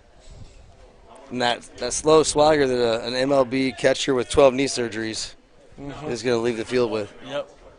I heard that number. I said, hold on. Did he really have 12? 12. My gosh. 12 knee surgeries, two fake knees. Pretty crazy, he told us the other day. Well, now we got to attack. I know. Celtics falls behind 1-0 as cleanup hitter Asher Price has stepped in the box. 2 flyouts today, 1 to short and 1 to center. The 1 to center was good range by There we go. It's nothing but Trip a long Thomas. strike. That's nothing but a strike. Count even at 1-1. Now, I haven't seen Kalsic throw his changeup too often, but this would be a time and a pitch to do. He threw one a couple batters ago. Remember, the guy was way ahead. It's the only one I've seen, Well, though. this would be a good time for it. And there it was. Oh. If Jackson is on that bag, he is absolutely hosed. Most definitely. Great pump fake to I second. don't even know if Jackson knew that the pump fake go to 3 was coming. No. That was well executed. And great pitch. Brings the count to 1-2. I mean, he faked me out. He did. I looked like, don't do that. I was looking at second. Said you better get him. No, really well done. Snap it. See, there's that eye level change we talked about. You know, Yep. the curveball that finished down, and that was a fastball finished up. That's a good thing right there. Now you got 2-2. This is as far as you want to go. Get your guy right here. See if Calzers can get it done. Curveball. Ready to bring it home. Coach has got the curveball call on. Perfect. Really well done. Again, Great job, Grady. not Good job, Matthew. not a lot of not a lot of damage done. Well, we can take that. That's fine. Now they got 6 outs to work with, and that's it. And this is a point where our offense has to put a little more security on the board for Matthew. Because I know that Coach wants Matthew to go the complete game. That way they've got the rest of the guys up for tomorrow's matchup with Weatherford.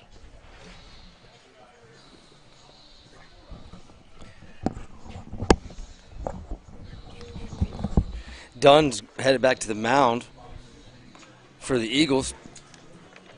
As he warms up, huge thank you to Stanley's Graduation, offering Jostens products and conveniently located in Edmond. For all your high school grad needs, class rings, letter jackets, announcements, and championship rings.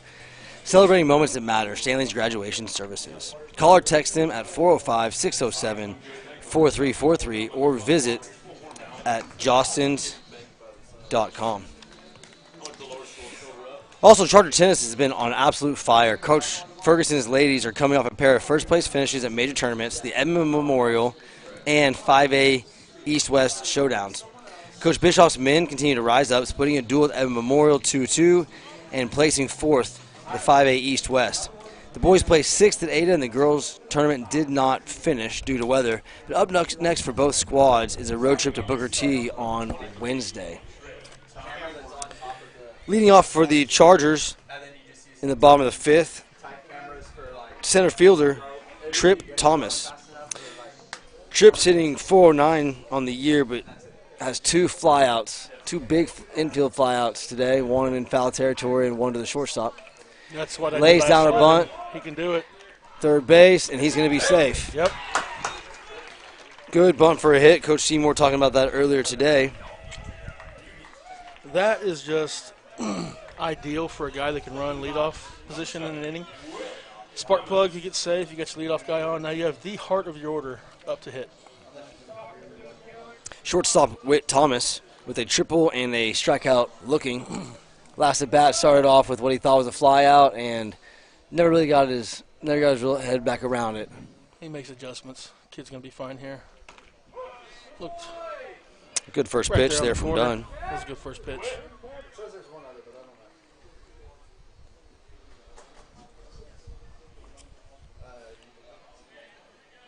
This game's just a battle of adjustments. Pitch to pitch, at bat to at bat, inning to inning. A little outside there on the curveball. Feels like a good spot to miss.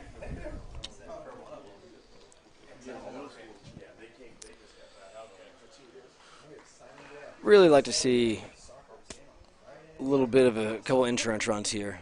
Yeah, absolutely. Outside again. Count worked to 2-1.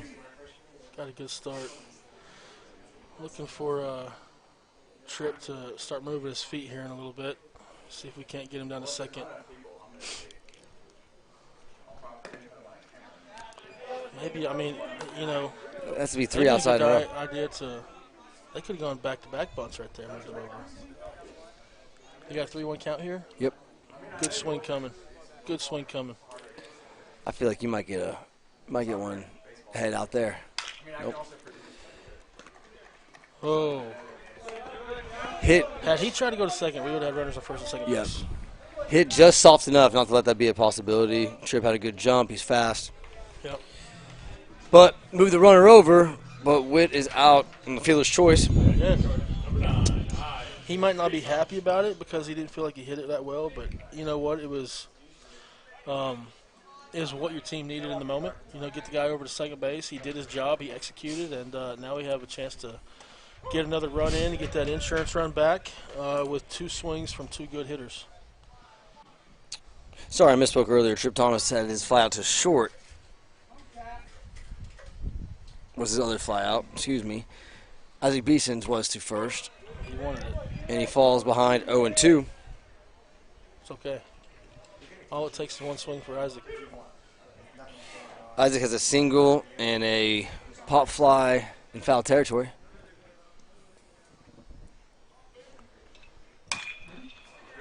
Just throw the bat at it. Getting Look down. what happens. That's scoring a run. Good piece of hitting, Isaac. Great job there, number 9. Isaac gets the RBI. He's not too happy about it, but he got the run in, and he's standing on first base. He's just fine, yep.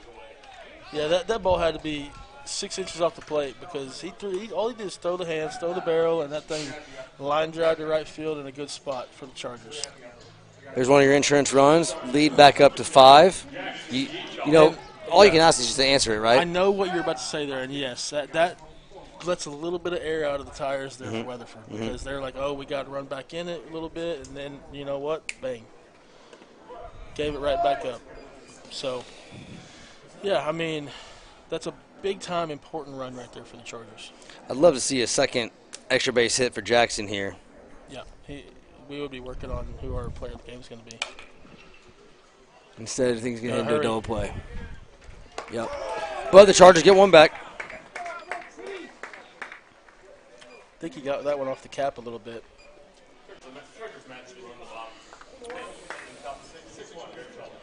Heading to the top of the 6th, the Eagles will have 5, 6, 7 coming up.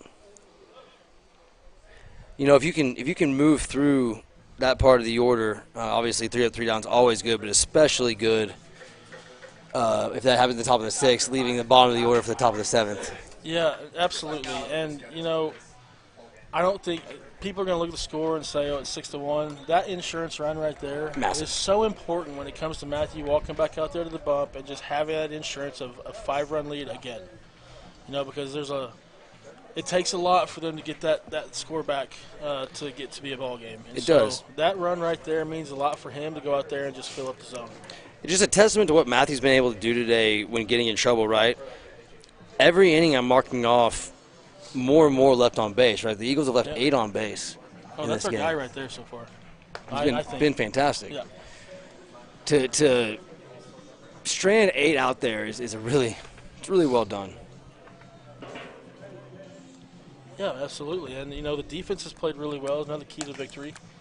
Defense has played well. They've looked sharp. They haven't had any errors. And, I mean, it just kind of shows you that, you know, you pitch to contact, you let your defense make the plays. It makes the game a whole lot easier for you. It does. It allows you to go deeper into the ball game because you're saving your pitches. You're not trying to strike everybody out. And they've done a great job as far as hitting all these keys to victory.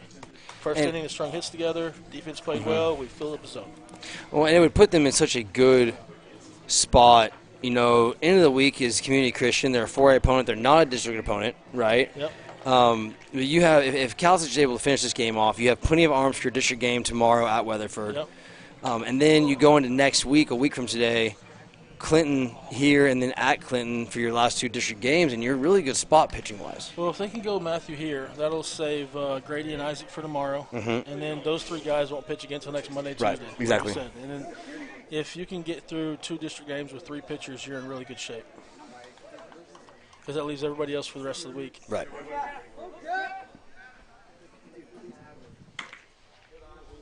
Had to be just a little bit outside. Although I will say Austin Echok pitched an absolute gem against Fort Cobb. You know what? I keep forgetting about Austin. I have heard great things about him pitching. I mean, it's like every time I look at him, he's pitching like complete games or like one-run games, and he's just doing a great job. He's so that's another guy that you can have, available in your bag of tricks to just throw out there at any point in time. That's what happened last week is they threw him on Thursday, and they just didn't have much left after that. Yeah. Count goes to 2-1. Yeah, he pitched a good game against a good Fort Cobb team. Did 5-0 shutout. Yep. Count to 3-1. As a freshman, that's really promising to see. It is. And, and your young guys and your young talent that you have coming back for another 2 or 3 years, him going out there pitching these complete game shutouts is nice.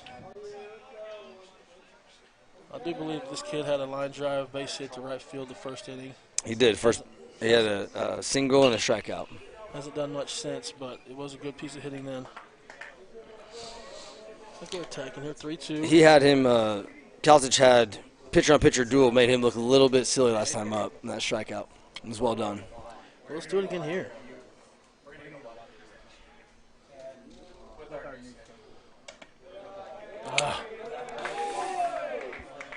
Gets the walk. Leadoff guy on. That's really been Kalsic's only chink in his armor today. And it's that really leadoff guy. Yeah. The important innings when you need to go out there and just command the zone and get strike one and get out. Keep the one. momentum, yeah. Yes. Yep. But I will say the most important part of his armor today has been damage control, not allow that guy to score. Correct. 100% correct.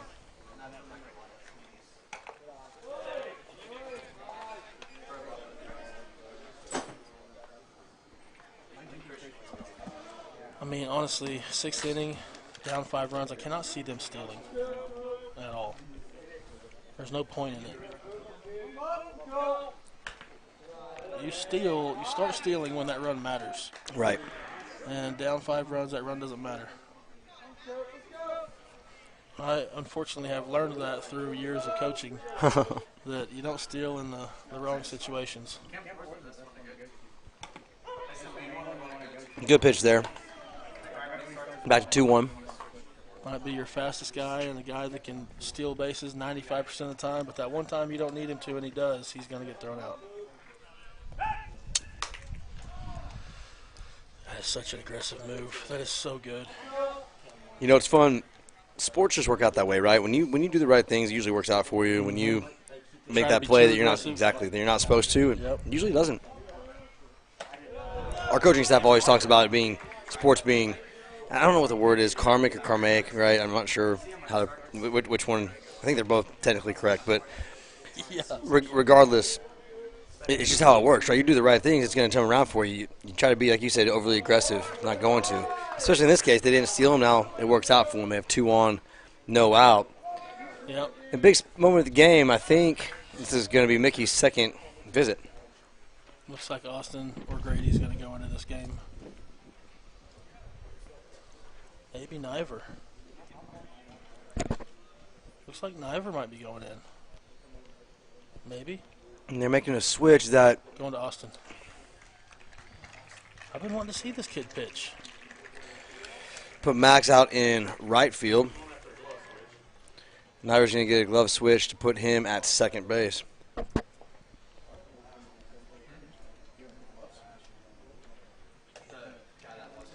Yeah, you don't want to take an outfielder's glove to second base.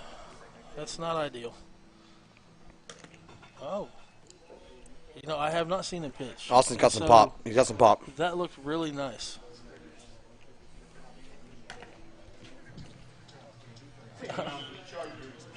I'm liking what I'm seeing here. This is going to be pretty nice for the next 3 years. How hard is it to come off the field and pitch as opposed to being able to go to the bullpen? I was a position player / catcher and pitcher my whole life, and sometimes it seemed easier to come in off the field because you don't have to spend that 30 minutes and 50 pitches warming up in the bullpen, right, and go out there and be ready / tired by the time you start pitching.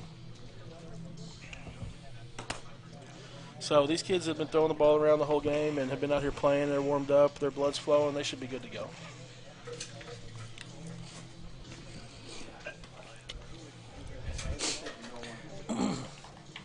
Now this, no out, runners on first and second. This is an ideal bunt situation. Oh, most definitely. Move them over, take your Yeah. medicine, and move on. Get your 2 runs if you can. You're not trying Right. to get anything more than 2 runs in this inning at the point unless it comes and gives it to you. Right. Because I believe this is the 9 hole, right? Or no, this is the 7 hole? This is the 7 hole. As Minter walks up to the plate, just quickly, Charger Esports is in playoff mode. Valorant and Rocket League were eliminated from competition last week, but fought hard at the bitter end. Rocket League finished 16th in the state tournament, while Valorant finished 47th out of 150 teams in the Central Region. Tonight, Fortnite Zone Wars duo John Hayes and Sawyer Hill batter Heber Springs, Arkansas, for a berth in the Sweet 16. Later this month, Fortnite and Madden, John Hayes, will compete in the state regionals at Connor State College with a chance to qualify for state at ECU in Ada. Echok's first pitch to the plate, low and in for a ball. Follow at the Hall Esports on Instagram and TikTok to stay in the loop as the Chargers continue to level up their game.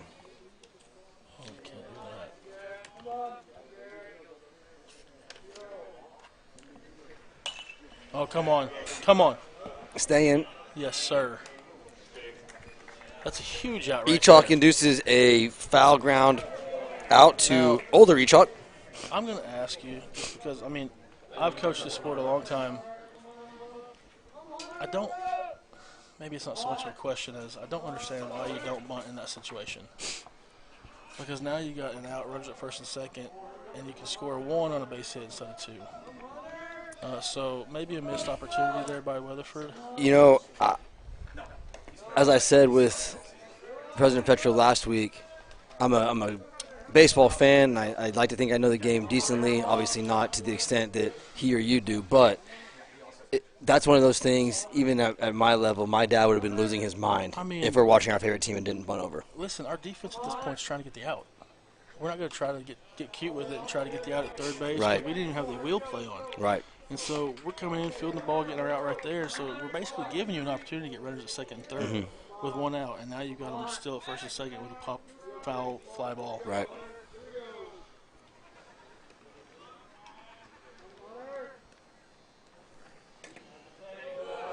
A little bit outside there. Count goes to 2-1.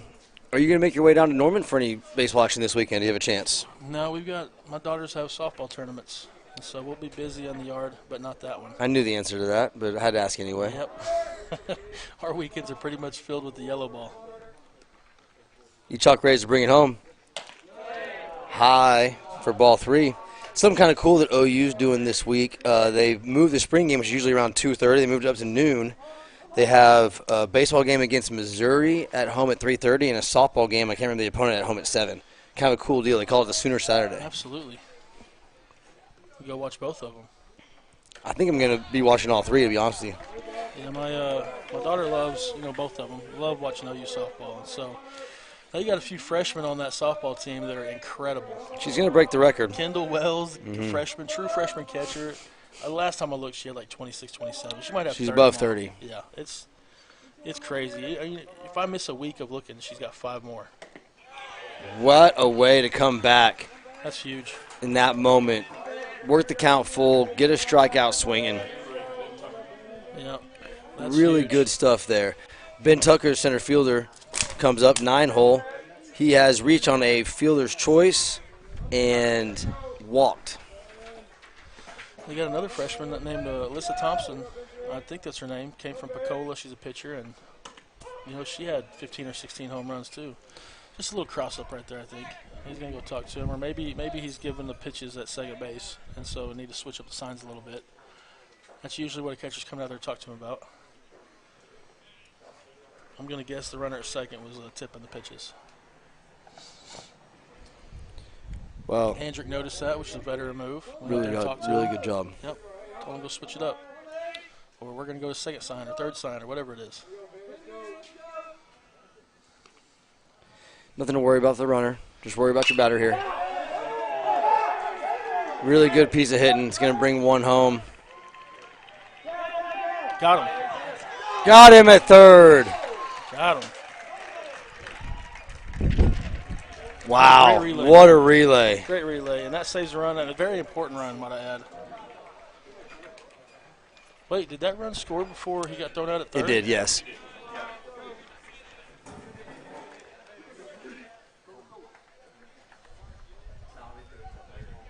Really good play. Keeps it at 4. Moving into bottom of the 6th. Again, if you're Heritage Hall, your biggest job right here is just go answer a run, right? Answer a run.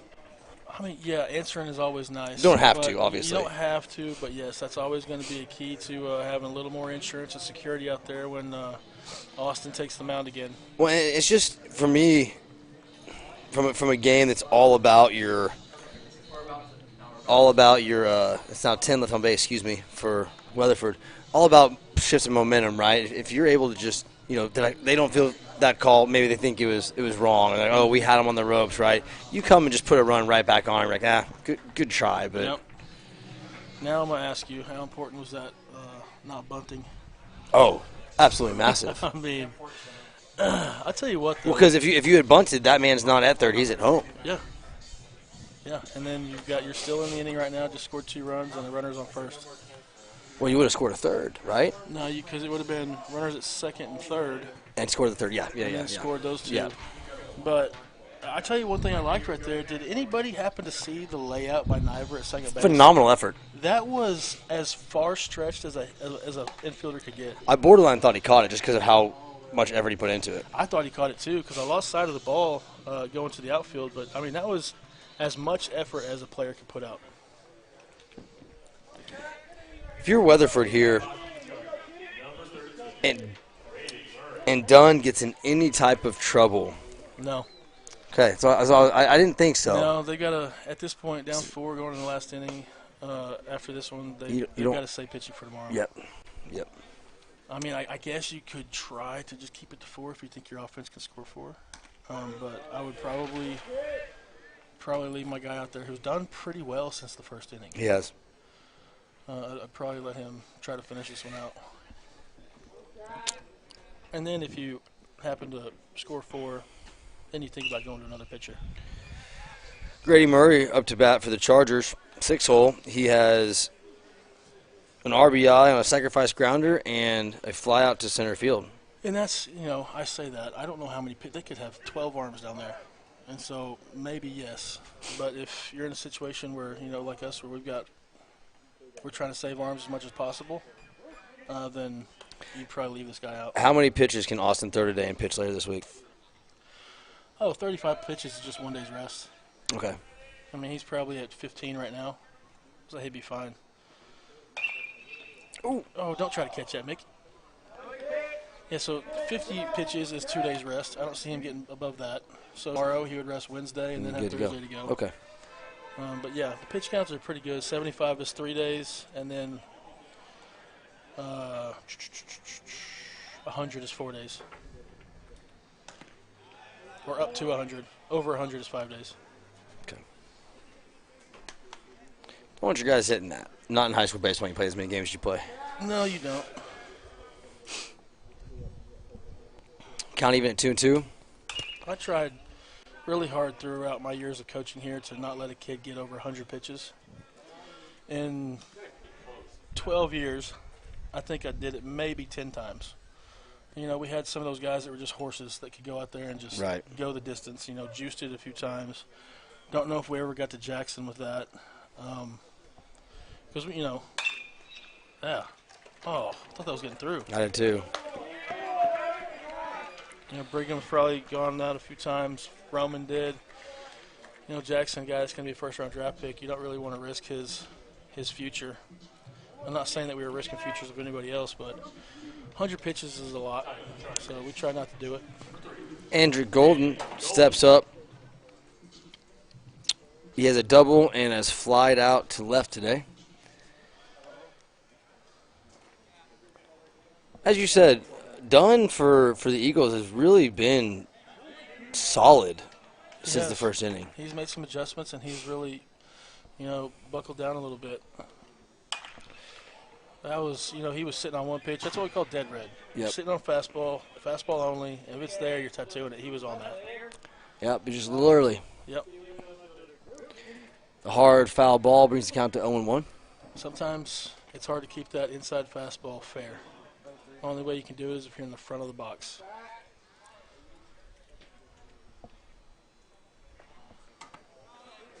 Good eye. Why, if you're in the front of the box, would that keep it fair? Say it again, I'm sorry. Why, if you're in the front of the box, would that keep it fair compared to being in the back of the box? Be getting to the even if you start early, you be getting that ball later, sitting it straight. Well, if you're in the back of the box, that fair territory gets smaller. Correct. Because you're pulling it. Right. If you're in the front Even of the box, further, yeah. That's why I try to tell the girls in Makes softball sense. all the time. There's not going to be a whole lot of difference in speed between 2 feet. And so if we're facing a girl that's throwing inside a lot, we try to scoot up in the front of the box, let those balls be fair. Sure.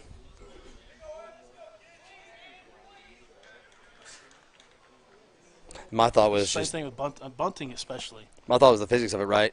If you're in the front of the box and you start your swing early, Yep. you're getting to the ball earlier, therefore Yep. staying straighter. For sure. Bunting, I always tell my girls get in the front of the box. Because you lay down a bunt that's going to be foul in the back of the box, it'd be fair in the front of the box. Sure. Because that's a good swing. 3-1 pitch hit foul. Because ideally, every bunt you try to make, you want to be fair foul, which Right. means you're on the line. On the line, yep. So keep it away from the pitcher as much as possible. And that dude at third base is on the line. Yes, he is. He is straddling it. Big fly. Not going to get there. Count stays full. Andrick waiting his now 8th pitch of the at-bat. Come on, Andrew. Having a good AB, have a great one here.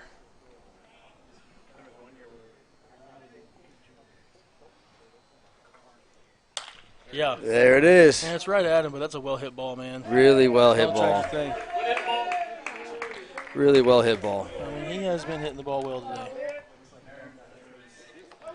Had a double, hit that deep fly ball to left, and just smashed that one to center. Max Everett. He has moved into right field on our pitching change. I'm going to call it again because when Max smashes the ball, he hits line drives between third and short. I'm going to call a line drive to left field again. Are we actually line driving? Or are we going high again? No, we're going like, hey, dude, I wasn't too far No, off. you weren't. That's We're all. calling I'm line trying to. drive. Okay. Foul ball. Makes the count 0-1. 2 down for the Chargers here in the bottom of the 6th, nursing a 4-run lead over the Weatherford Eagles. Again, big district game. Both of the same record right now. Need to kind of clear up some ties. The biggest tie at this moment is going to be with the team who defeated us last week on the second half of the doubleheader on Tuesday. Excuse me, 2-day doubleheader. And I guess you call that a home and home, not a doubleheader, huh? But they are also tied. Actually, they're 1 game short. They missed a game with Western Heights, so they're 4-3 instead of 5-3. But presumably they would get that win at Western Heights, making them tie with both of these teams here. So Chargers need to open up that tiebreaker against Weatherford and hope some things happen. Right now, the Elks from Elk City are playing the other remaining district opponent for Heritage Hall, and that would be Clinton Red Storm. Oh, that was it. That was it. Clinton Tornado, excuse me. Oh, I found the creek. So these 2 series are going to pretty much decide everything there is to be decided. And that's baseball. End of the year, those series really matter, especially when you got 3 or 4 teams that are really trying to vie for that or get to that first or second spot and host a regional. These series are always important. I mean, we always say Mondays and Tuesdays are always important no matter what. But when you get down to so many teams, like really that close, absolutely. Well, and, it's interesting. What everybody probably thought was a rather meaningless run, Coach G brought up a great point talking to him last Wednesday. That, so-called meaningless run that the Chargers got to make it 15-11 instead of 15-10 gave them the run differential over Elk City. Yeah. Yeah, it did. But I don't know if they still have it this way. But the tiebreaker for those, I think, is the Tuesday winner. I'm not sure. It used Yeah, to I'm be not that sure. way. And maybe that's after the run differential now? Yeah, that's what he was saying. Okay. He said run differential. Good. If it not, it would have been the Tuesday winner. Okay, yeah, good. That's what Coach G said. Yeah, so I knew that the Tuesday game winner was a tiebreaker. Yeah, it's but after gonna run be differential. After run Yep. differential. Okay. Yep. Because they were saying if it would have been even, it would have been them because of the Tuesday winner. Yep. Oh. Cam one. It's going to be a big fly ball out to center field for Niver. After 6 innings, Chargers are up 6-2.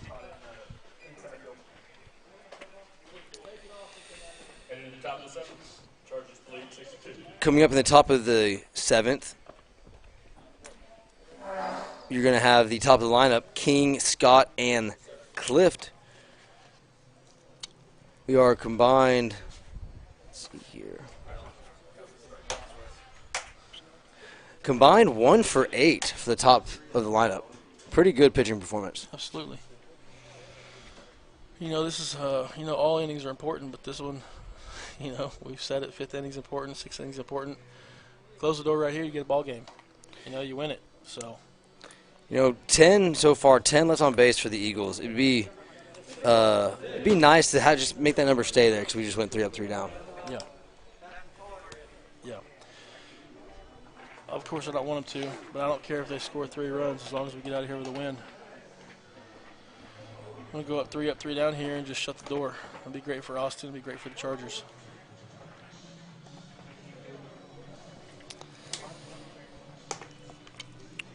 Echok back out there to work the top of the 7th. As you said, let's have the goal of 20 or less here. That goal would be ideal. That saves his pitch count, allows him to pitch even tomorrow if needed, if necessary. But definitely, Thursday and Friday and the rest of the week.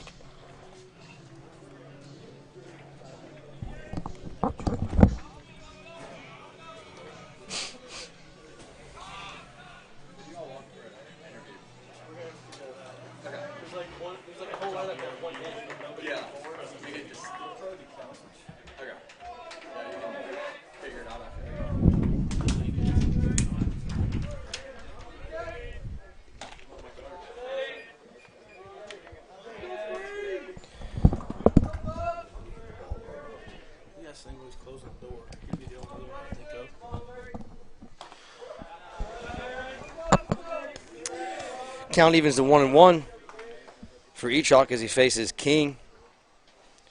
King on the day 0 for 2 with a walk. Good pitch. Count now to 1-2.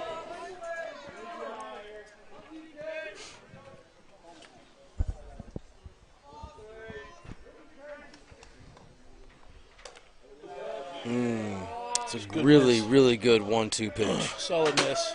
Gosh dang, dude. I'm so bad at throwing bottles at the trash can. It's not a baseball skill, huh? It's a basketball In skill. my defense, throw it underhand. So it's a maybe softball it's skill. horseshoes or soft. Yeah, maybe. Don't you coach that? I do, but you know what I can never do? I can never pitch. That's fair. That's fair.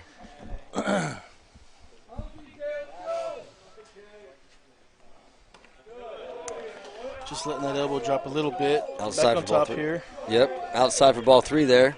Count runs full. Echok to the plate. That one was hit very hard and out of the park. It's a home run to start it. Brings it to a 6-3 lead and changes not a lot, but maybe a little bit mentally. I mean, I don't think it's going to be too much for Austin. Austin's he's a very mature kid in baseball years out there on the field. He's been in this situation before. Don't think it's going to be anything that's going to be too tough for him to overcome. Talon Scott, he's 1 for 2 with a triple and a walk today.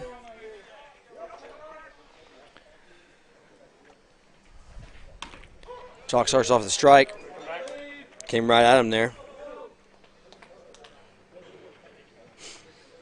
Well, I guess my hope of no runners left on base is still there.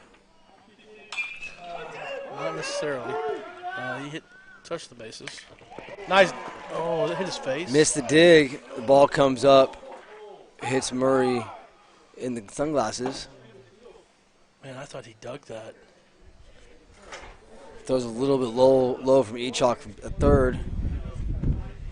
He's a tough kid. Tough hop on the dig attempt. Right into the sunglasses. Yeah, from our view, that looked like he dug it. And You did, and then you heard it. Yes, you kind of hear the clack. Hopefully he's okay. Looking straight back into that sun on that dig is tough. Man, I tell you what, this is the time of the night on this field that it gets tough. Got Mallory coming out to take a look. He must be bleeding. Yeah, exactly. Must have some blood. I've taken the baseball to the glasses before. That lens catches into your cheek a little bit. It'll cut. Mallory's getting those gloves on. There must be blood. He's a tough kid, though. I think he'll be all right. Yeah, he's talking about right there. He's talking to Mallory how he kind of lost it in the sun, looks like. Checking in on another past Charger while we're cleaning up Grady. Austin Lemon out at Villanova started his career at Oklahoma State, moved on to Villanova. In 2025, played in 39 games, hit .360. And in 2026 so far, 27 games, hitting .250 with 3 doubles, 15 RBIs, 16 runs scored. Man, that move to Villanova for Lemon was great. Huge. He's been the leadoff there since he stepped foot on campus day one. Last year, he broke the single-season average record for them. 362, really? Hitting .362. Wow. Yep. Wow. I think that was single-season average. Yeah, you sit here and you say, man, what's happening this year? Well, he's just having a regular year compared to 362, right? Yeah, he's got plenty of season left, though. Yes, he does. I mean, yeah, you're still early on. Yeah, those college seasons go well into June, and so he'll be fine. Take a look at Juice as well. Last year in 2025 season, appeared in 16 games, had a 1-0 record, 14 inning pitched, 15 strikeouts this year so far. Been in 6 games, 4 innings pitched, a much better ERA this year so far with 4 strikeouts. Yeah, he was injured from the last part of the last season to just recently, and he's gotten back into it where he's pitching, and that kid was special for us.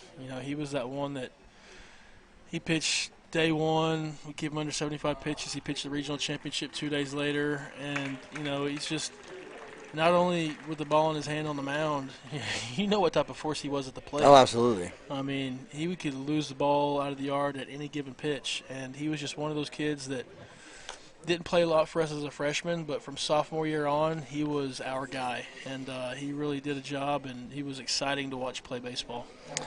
Going to make quite the number of – yeah, he was amazing. I didn't mean to discount that. He was very, very enjoyable to watch play. Yeah. Going to make quite the number of changes here, looks like.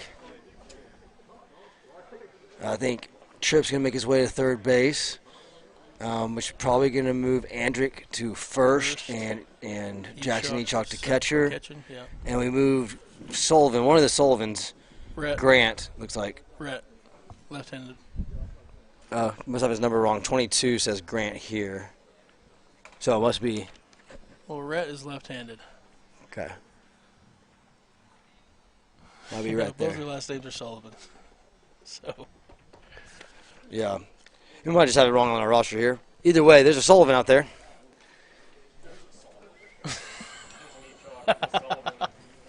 There sure is. There's a Thomas. We got it all.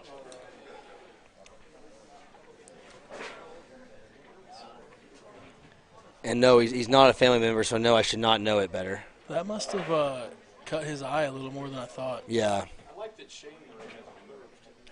It's solid. That is a solid move of not moving. Yeah, there's not a lot of worry from the parents. So Grady's a tough kid.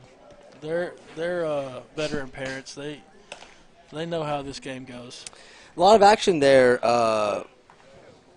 in the top of the 7th inning so far. Zeros across the top means no outs, but they have brought a run home, and they do have a run on first. So a bit of a precarious position for Austin Echok. Not one that he can't work through with a 3-run lead, but one that he definitely is going to want to shut down sooner rather than later. Yeah, we need to get a nice ground ball, 1 pitch, 2 out type of situation here. Got a good hitter up. It's a 3-hole, if I'm not mistaken, right? Mm-hmm. It is. Got a 3-hole, Kalen Clift. He's 0 for 3 on the day with a strikeout. But you're in the 3-hole for a reason, right? You're a dangerous hitter. Absolutely. Nice block right there by Jackson Echok. We got the little Echok, yeah. Battery going, pitching and catching. Austin on the mound and Jackson behind the plate. I'm sure their parents love seeing that. It's always kind of a dream.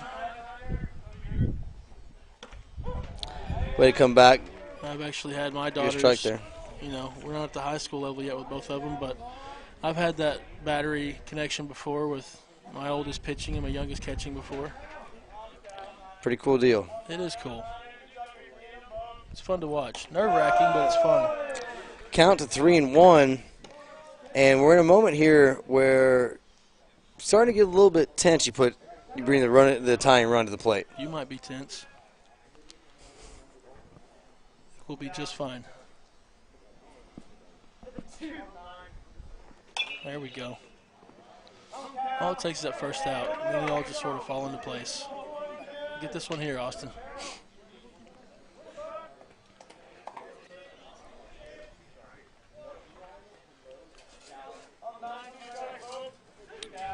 Echok ready to bring the full count pitch to the plate. 1 on, no outs for the Eagles. That one's hit very, very well, and that's going to be gone. Score is now 6-5 Chargers. But you know what? Now it's just a brand new inning. There's nobody on base. We're all right.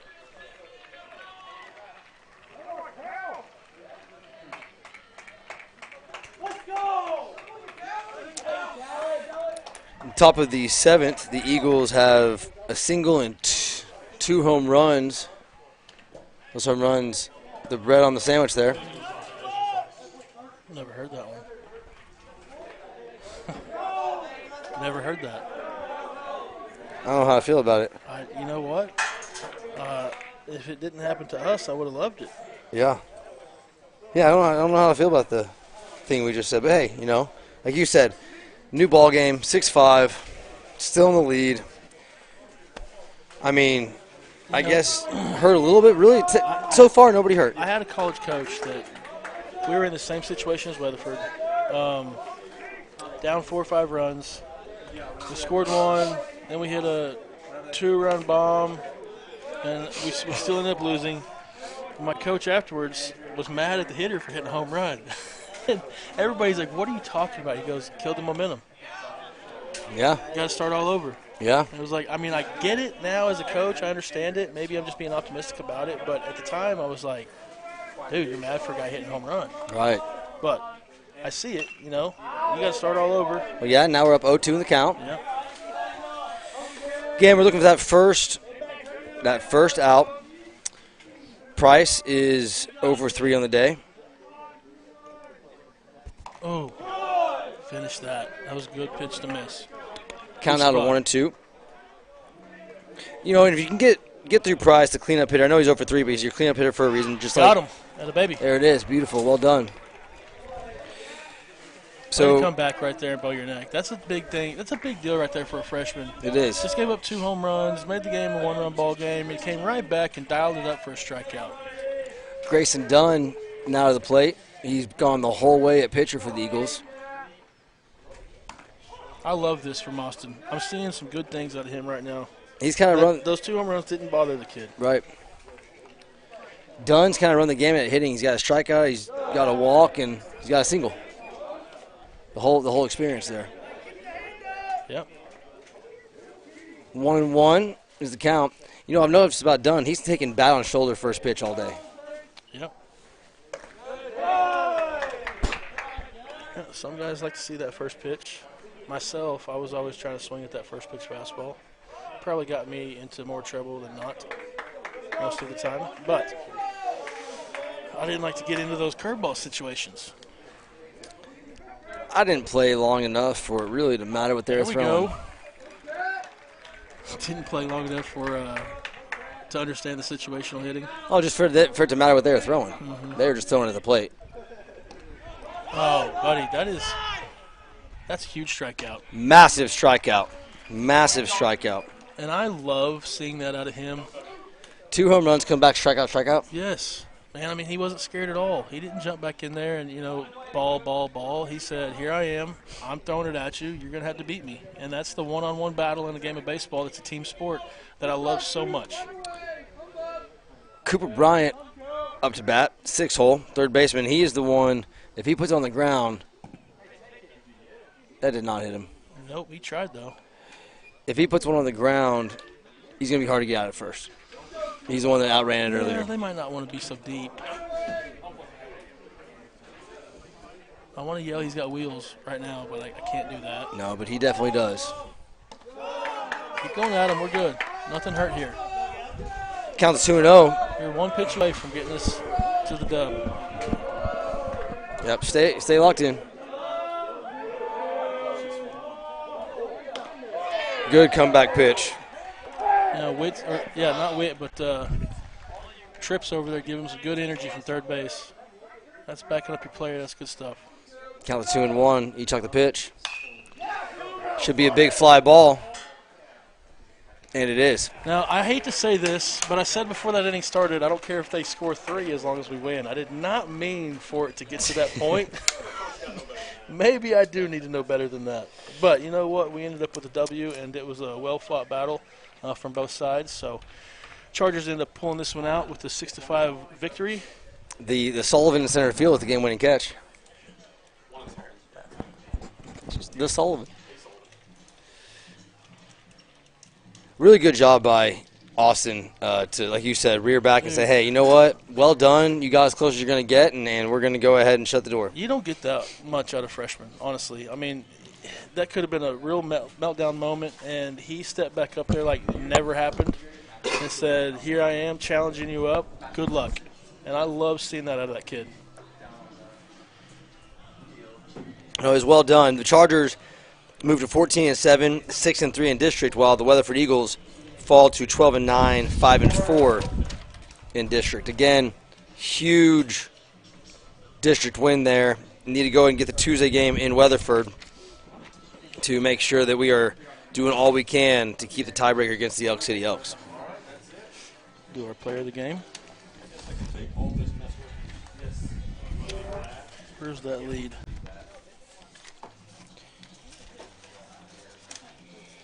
As the team huddles, we will go to break, and we'll come back with our player of the game. Awesome. Thank you. Yep. Joe Cooper Ford has 3 Ford dealerships around the metro to serve Oklahoma better than anyone else. What does having 3 of the best Ford dealerships in the state mean for you? It means 3 times the selection and 3 times the savings, and that's 3 times the service.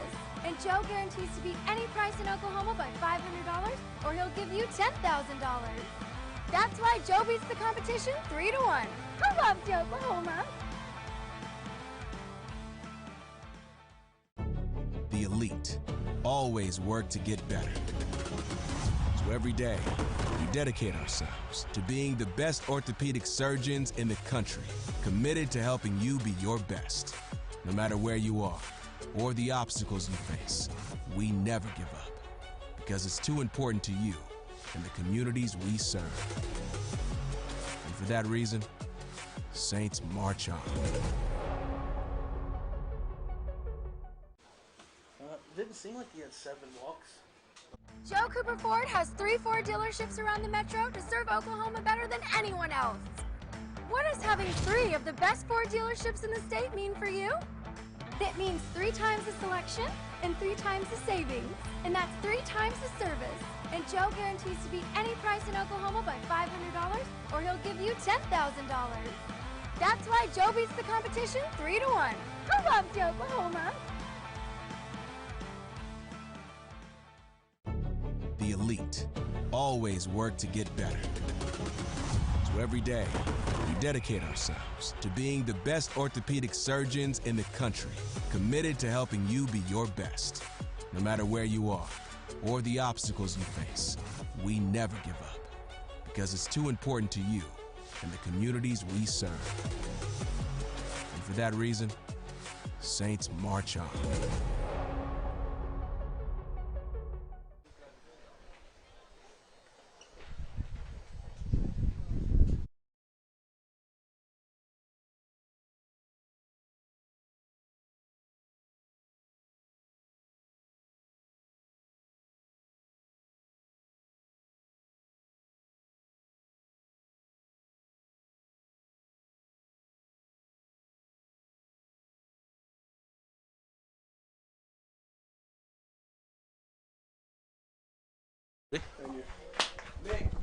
Take a seat if you want.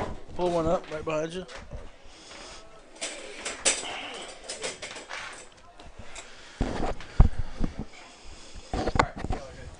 We are back here, ChargerVision. Chargers, like we said, pulled out the victory 6-5. We have your ChargerVision player of the game in Matthew Kalsic. Dude, just talked about your outing just a little bit. How'd you feel? Felt fine, definitely needed to throw a lot more pitches in the zone. Had way too many walks, more than I ever, need to throw. I think I counted 7, too many, but, offense gave me runs, they gave me support, and that's really all you need to win a game.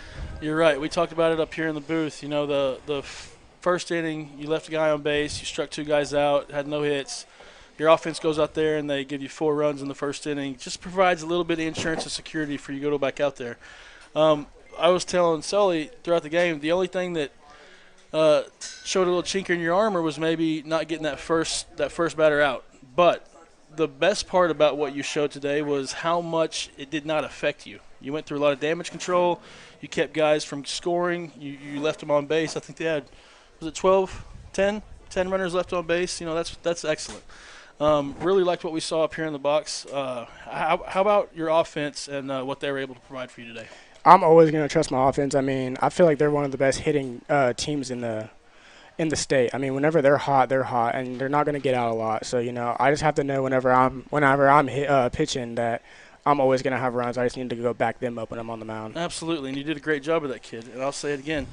Some of the keys to the victory today were filling up the strike zone, minimizing errors, not having errors on defense, and your hitters stringing hits together. You guys checked every single box there.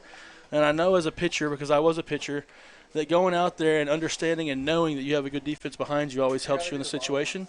How did that feel, knowing that you could go out there, throw a strike one, if they put it in play, you have a good feeling that they're going to make the play behind you? It's always a good feeling knowing that, say a Grumbles hit the weight, it's going to be an out. That's a great feeling to have. I needed to use that a lot more today, but, still, having a good defense like that is always good to have behind you. Buddy, stop thinking about the 7 walks, all right?